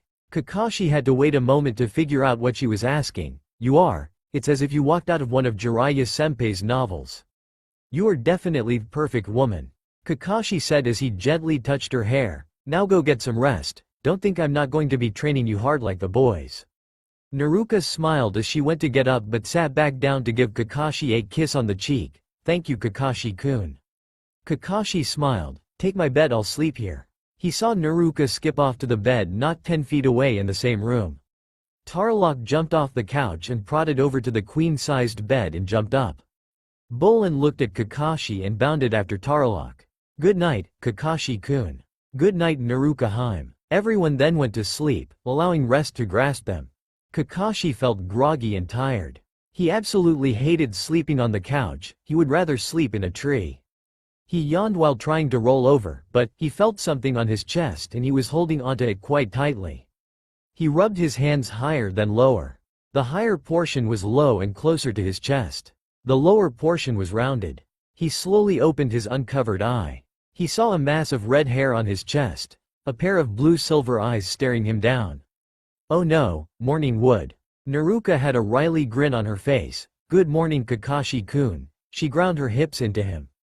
A small groan escaped his lips. "My daddy said you were quite the lady killer." She licked her lips. Kakashi was doing his best to avoid falling for her seduction. Kurama would do this all the time but would never lay with him.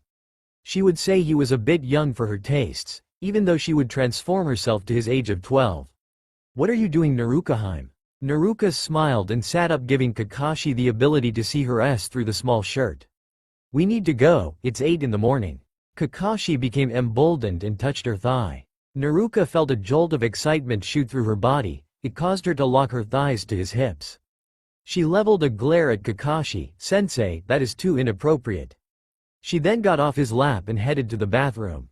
Kakashi was a bit perplexed and shook his head. She was definitely an enigma. Naruka entered the apartment bathroom, locking the door behind her. The room was quaint and tidy. There was a sink and mirror next to the door, a toilet across from it, and a walk-in shower that looked to be for a single person, but could possibly fit 2 people quite snugly. Naruka walked to the center and giggled to herself. Teasing Kakashi-kun was too much fun. She raised her right hand and applied chakra to her glove. A large scroll poofed out.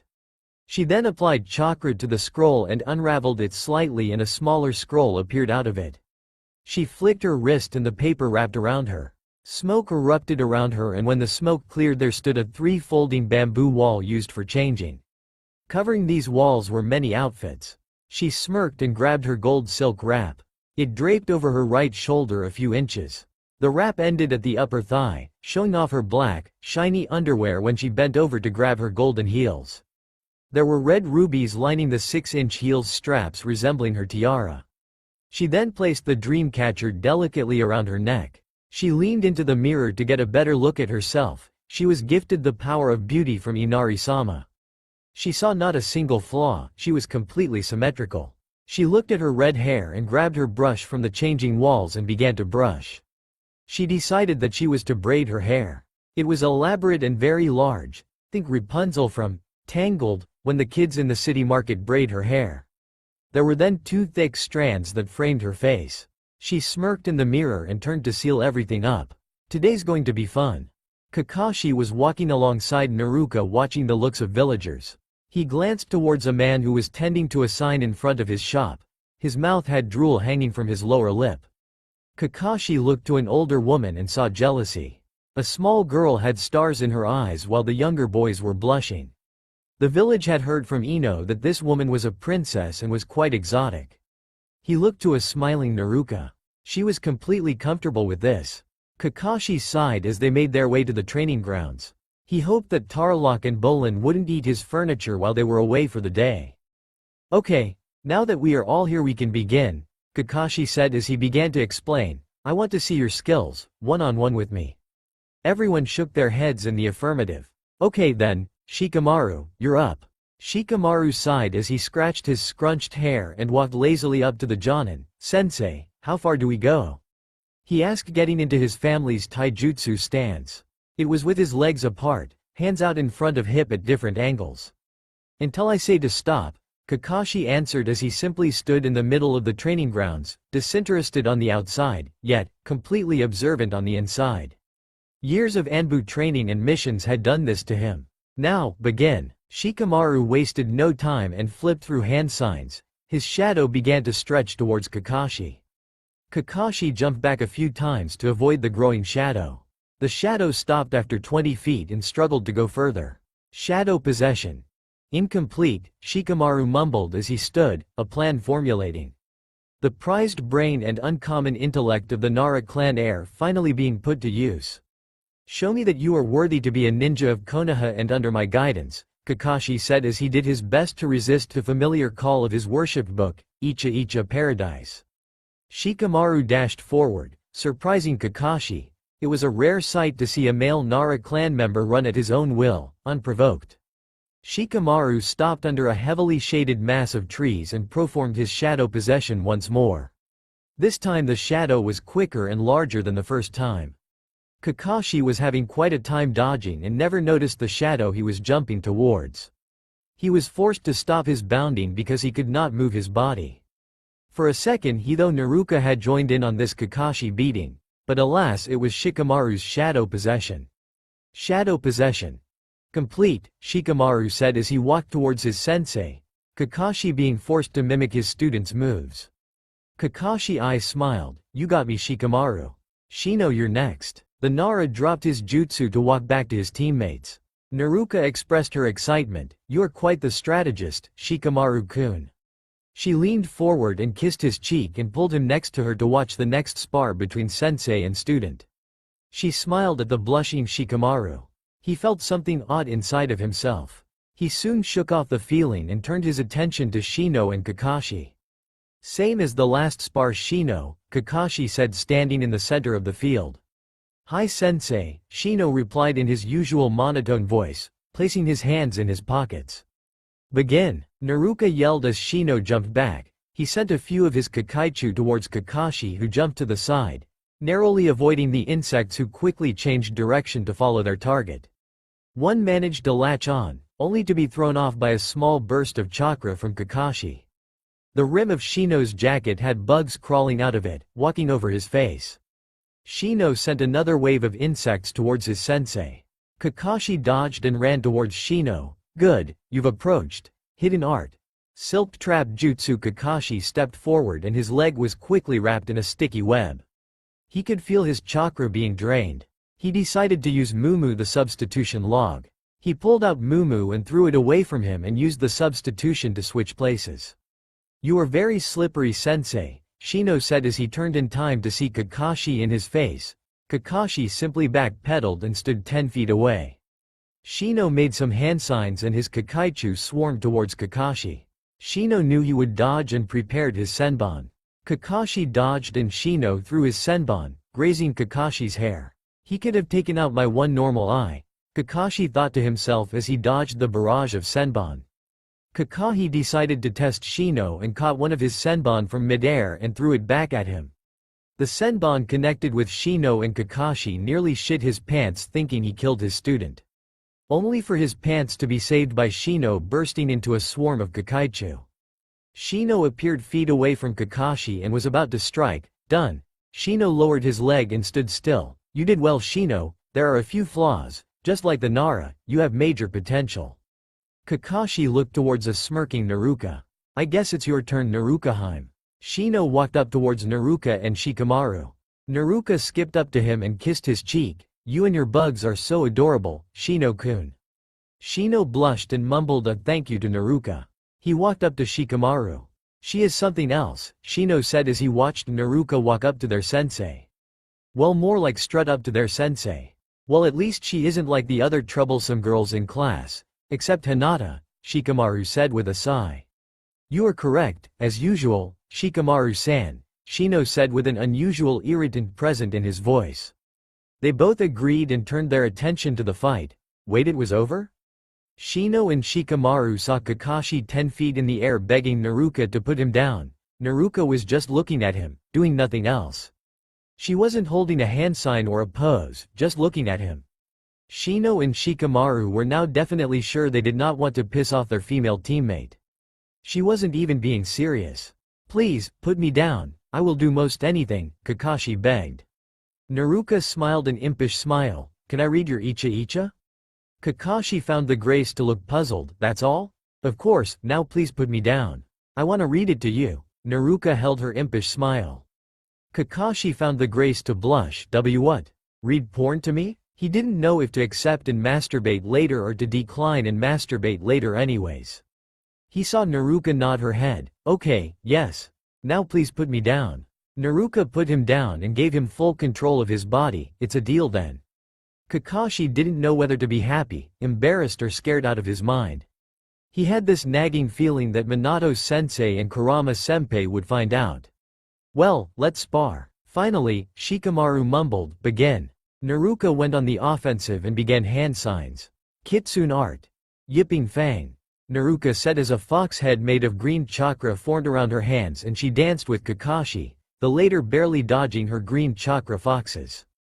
The thrusts of her palms were very similar to the Hyuga's gentle fist-fighting style. Naruto smiled as she backpedaled. She performed more hand signs, ninja art. Forced palm, a dome of purple chakras shot from her hand making contact with Kakashi, who poofed into Mumu the inflatable log. Naruto grumbled and cursed the log gods in the name of their beloved Mumu. The chibi Naruto was seen stabbing Mumu well after it was deflated. Naka then realized that Mumu was Kakashi-kun's companion and had most likely saved his ass on many occasions. Now chibi Naruto was holding a deflated and beyond repair Mumu crying to the heavens. Kakashi went to attack but couldn't bring himself to bring any form of harm to Naruto, so he dodged and dodged and dodged. "Sensei, I want to go home and read porn to you," Naruto whined as she stopped her Yipping Fang attack. Kakashi sighed as he agreed. "Okay students." Kakashi began to his gathered charges. "We will do a few D-ranked missions then get out pay and go home." Shikamaru grumbled but complied. They all turned and headed towards the Hokage's office. "Y Fox to all, the target is in my sights, permission to capture." Bugs to Y Fox, permission granted. Lazy Deer to Y Fox, permission granted. Early Bird to Y Fox, permission granted. Meow, RAWRAW, MEOWRAW, HEEESSSSEES, REYAK. Those ear-splitting sounds of war were silenced when the target was placed in a steel box. Y Fox to all, target acquired. Early Bird to all, good work. Bugs to all, we did quite well. Lazy Deer to all, I want to go home any day now. Good work, you caught Tora in record time, 42 minutes. Good for you all, here's your pay. Hiruzen Sarutobi praised as he handed the genin their pay. Now I want you all to have a good. The Hokage was then interrupted by a loud shout of, "You're mine now, old man." Konohamaru, Sarutobi mumbled under his breath as a little boy of about 9 burst through the door. He had dark brown hair and a really long scarf on. Speaking of long scarves, he tripped over his and landed flat on his face, his shuriken falling to the floor. Everyone's sweat dropped at this display of coordination, except Naruto. She giggled. Konohamaru shot up and yelled at the giggling princess, "Hey you! You set that trap didn't you?" It was more of a shouted statement than a startled question. "Who, me?" Naruto asked, giggle I didn't set a trap, you silly little boy, you tripped over your scarf. Konohamaru grumbled and was about to retort when there was a loud yell from the hallway, "Honorable grandson." Ebisu, Konohamaru grumbled as he gave the man a literal cold shoulder, as if it were an attack. "Honorable grandson, we need to finish our training, only I know the shortcut to being Hokage, if you don't listen you won't learn and you will never be Hokage before you are 18. Naruto raised her eyebrow, "Is that so? Well Ebisu-san, I must inform you that there is no shortcut to becoming the leader of a village. The Hokage isn't only a powerful opponent through sheer strength but is also mature and one with his decisions. Pray tell me Konohamaru, could you actually sit here at your grandfather's desk and conquer paperwork all day every day?" Konohamaru had stars in his eyes. "Miss Lady Boss, please be my teacher." Naruto looked at Konohamaru for a good while before answering, "I don't know. I'll think about it." Konohamaru liked this lady. She didn't call him honorable grandson and didn't give him what he wanted because he asked nicely. "And what would you know about anything wet-eared genin?" Ebisu asked as he narrowed his eyes. "Oh, I don't know, maybe because I'm a princess to a kingdom," Naruto said in a la-di-da tone. Ebisu scowled, "Oh really?" "Yes, really, everyone, including the Hokage," said in a flat tone. "Here," Naruto said as she made a hand sign. 2 more of her appeared making the males drool a bit. "Yummy." She waltzed up to Ebisu, "Sir, you are quite a naughty man." She wiggled her index finger. She giggled as blood seeped out of the man's nose. Yes, Konohamaru liked her. "We've done 23 D-ranked missions. When will we be done Kakashi-kun?" Naruto pouted in her gold silk wrap, her braided hair bouncing behind her. She latched onto Shikamaru's arm, purring in delight, rubbing her head on his shoulder, then looking towards Kakashi, pouting once more. "It's Sensei, Naruto Hime." Kakashi said, holding open the door of the Hokage's tower. Naruto humphed and grabbed Shino's hand. Shino looked horrified as one of his Kakaichu began teeting its way across his hand and onto Naruto's. Inside Shino's head, Chibi Shino was blue and starting to freeze into a block of ice from horror. "Relax, Shino-kun," Naruto said, letting go of her teammate's hand and her other's arm. She raised her index finger to her forearm, letting the insect crawl onto her finger. She smiled as she touched Shino's cheek.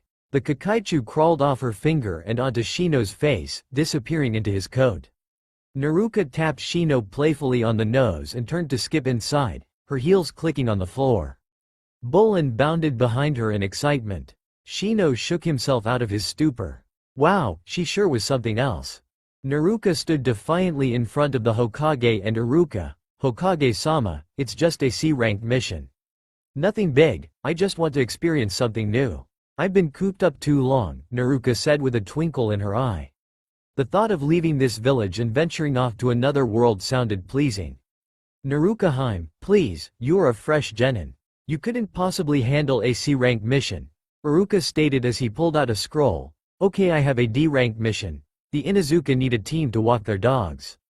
Bolin hiss-yipped, lowering himself to the floor, his tail flickering back and forth, up and down, quite violently.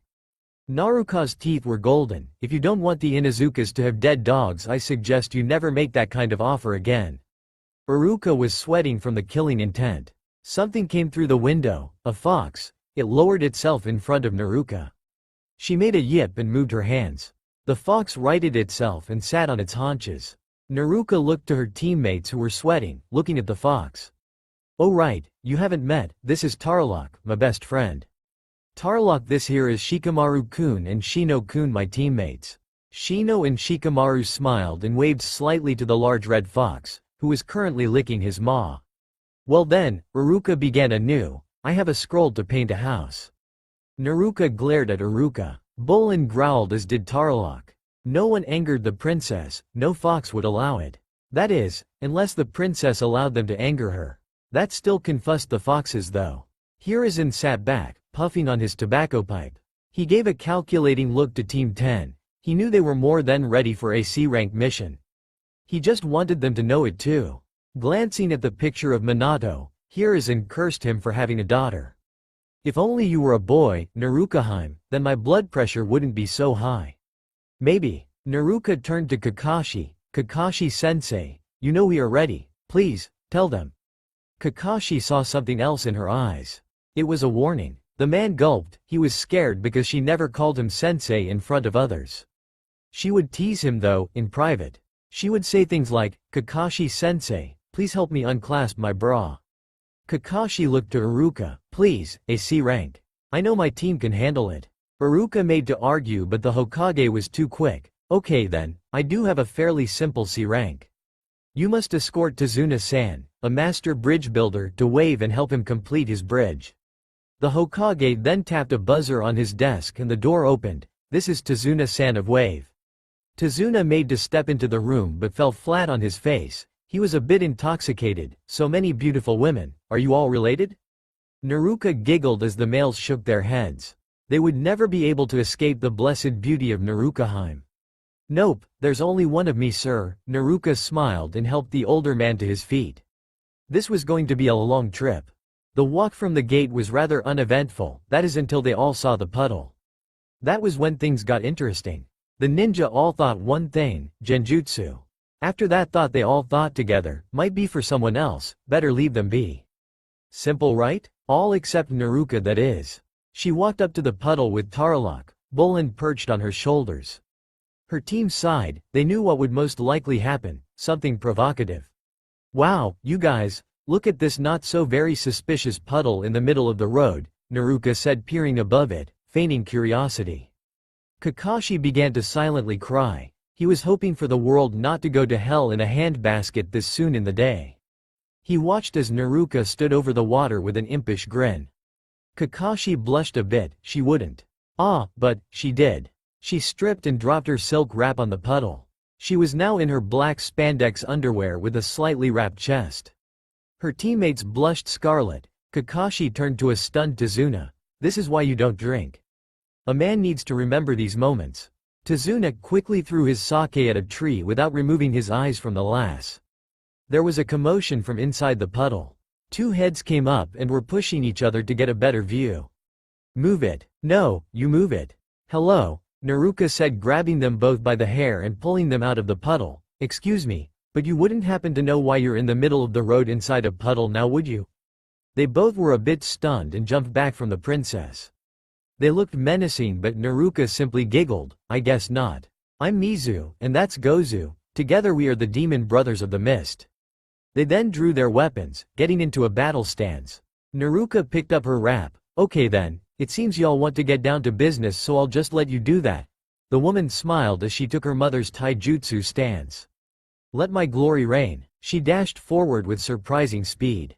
Mizu and Gozu launched their blades. Naruka leapt onto the chain and ran forwards and kneed Gozu in the nose, blood gushing everywhere. Using her momentum of the delivered knee, she spun herself and kicked Mizu in the back of the head. He slid forward, leaving a trailed impression in the dirt as he was slammed into a tree.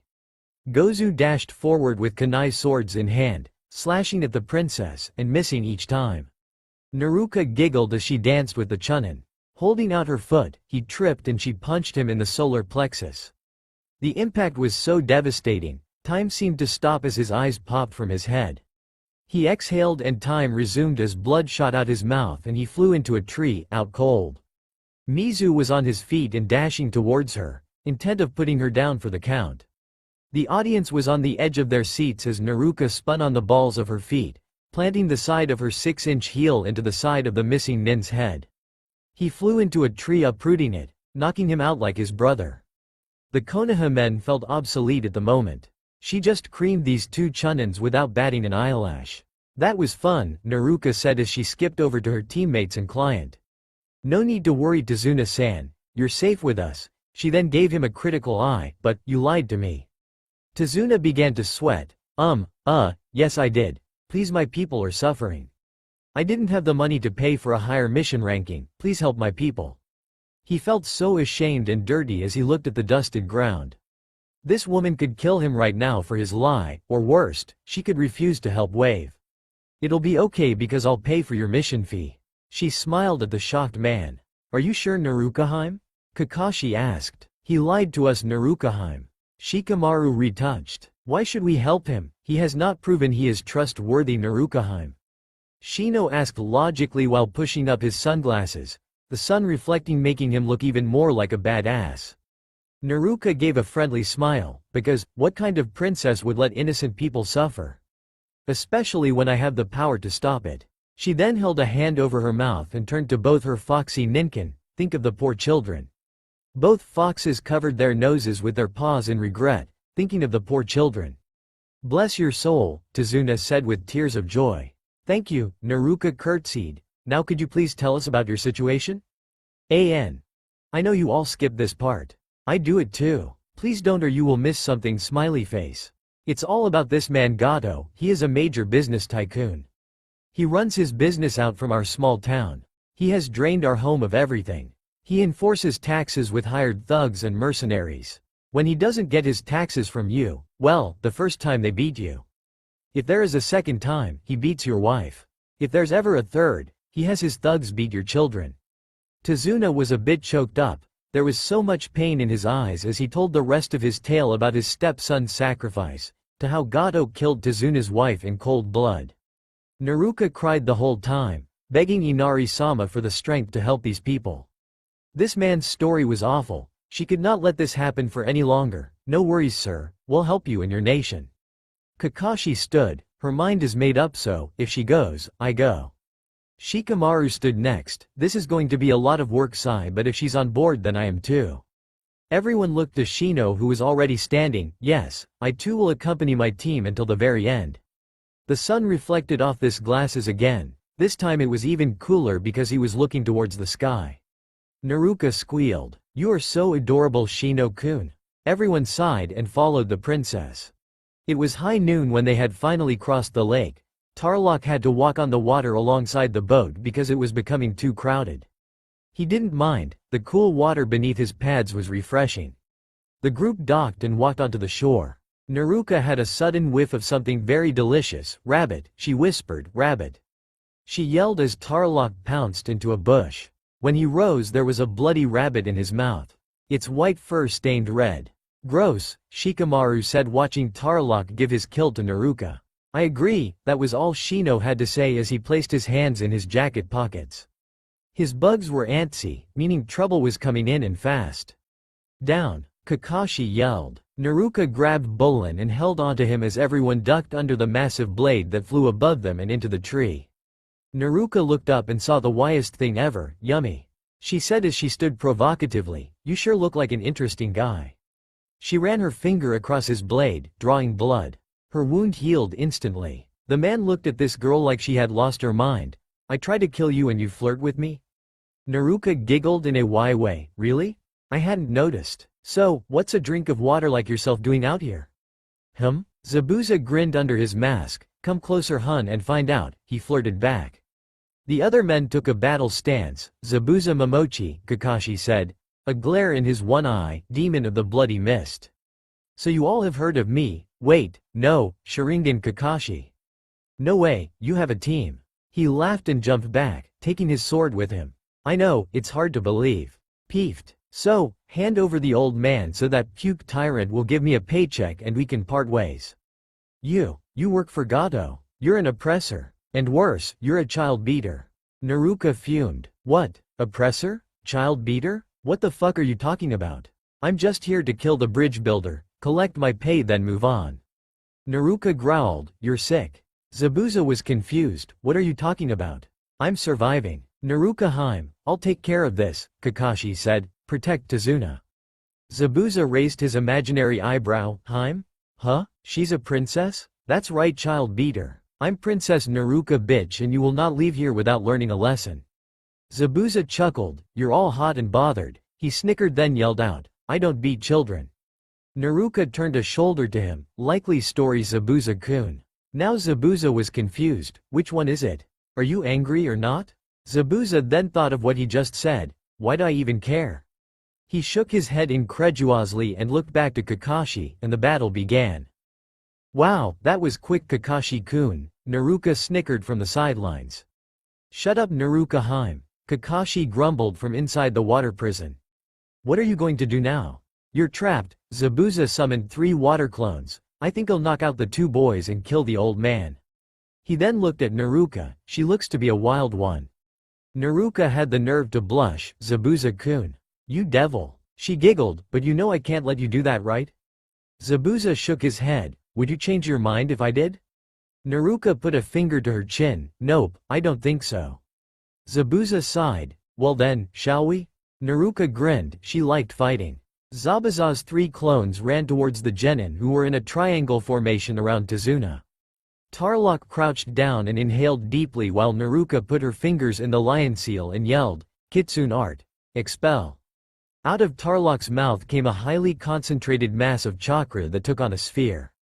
Bolin ran and jumped off from Tarlok's shoulders and smashed the red sphere with his hind legs making it fly into one of the water clones. The clone flew back and turned into water. Zabuza looked on at the scene. Your princess sure doesn't fit the stereotype as helpless, Zabuza said as he glanced down at Kakashi. What kind of princess is she? Kakashi eyes smiled. Oh, just a ninja princess.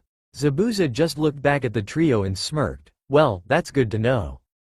A Zabuza clone managed to sidestep another wave of Kukaichu from Shino. Due to Shino's excellent long-range battle techniques he could stand guard over Tazuna. Shikamaru had the same strategy but he just stood there feeling a bit out of place. Shino sighed and withdrew his insects, there was no point to fighting. Naruka was wiping the floor with this missing nin's bushins. Shikamaru and Shino exchanged glances, maybe in the future we can fight. Shino stated. Shikamaru hung his head low at the implications of, in the future. Naruka ran forward and dodged the water clone and jumped to the left, stepped on his sword and kneed him in the chin. The clone fell to the ground as water. She used her momentum to kick the Mizu Bushin as the face with her heel as it and the sword fell as water to the ground. Naruka smirked as she ran towards another Mizu Bushin. The clone preformed a downward slash. Naruka dodged to the right then to the left. She grabbed the sword by the hole at the end and yanked the blade from the hands of Zabuza's clone. She smashed the hilt of the blade into the clone's chest and watched in satisfaction as it fell as water, taking the sword with it. Naruka turned to the original and shouted, "Oi, Zabuza-kun. I wanna fight you, child beater." Zabuza's tick mark appeared above his head. "You damn Gakiheim."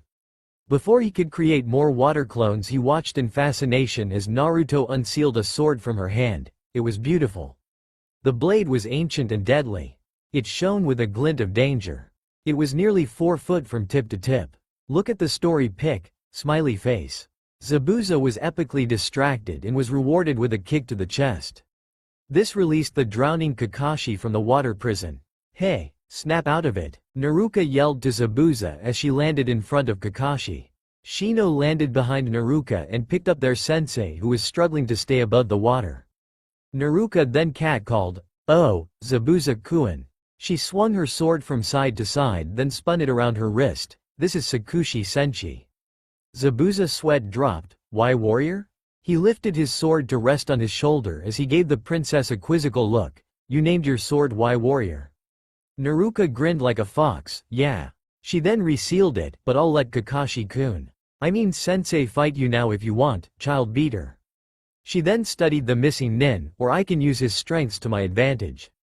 "Ah, I wanted to see just what that sword would do," Zabuza said. A tick mark quickly reappeared. "Woman." Naruka looked at Zabuza and giggled. "Zabu-kun, I have a proposition." She then took out a scroll and ink and began to write.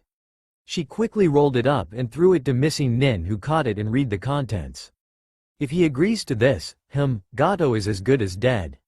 Naruka though to herself as she watched Zabuza. Zabuza read the contents and looked back at the princess. "Really?" Naruka nodded with a sly grin. "Then later maybe we could meet up," she winked. That's all for now. If you enjoy this video, then please like, share and do comments.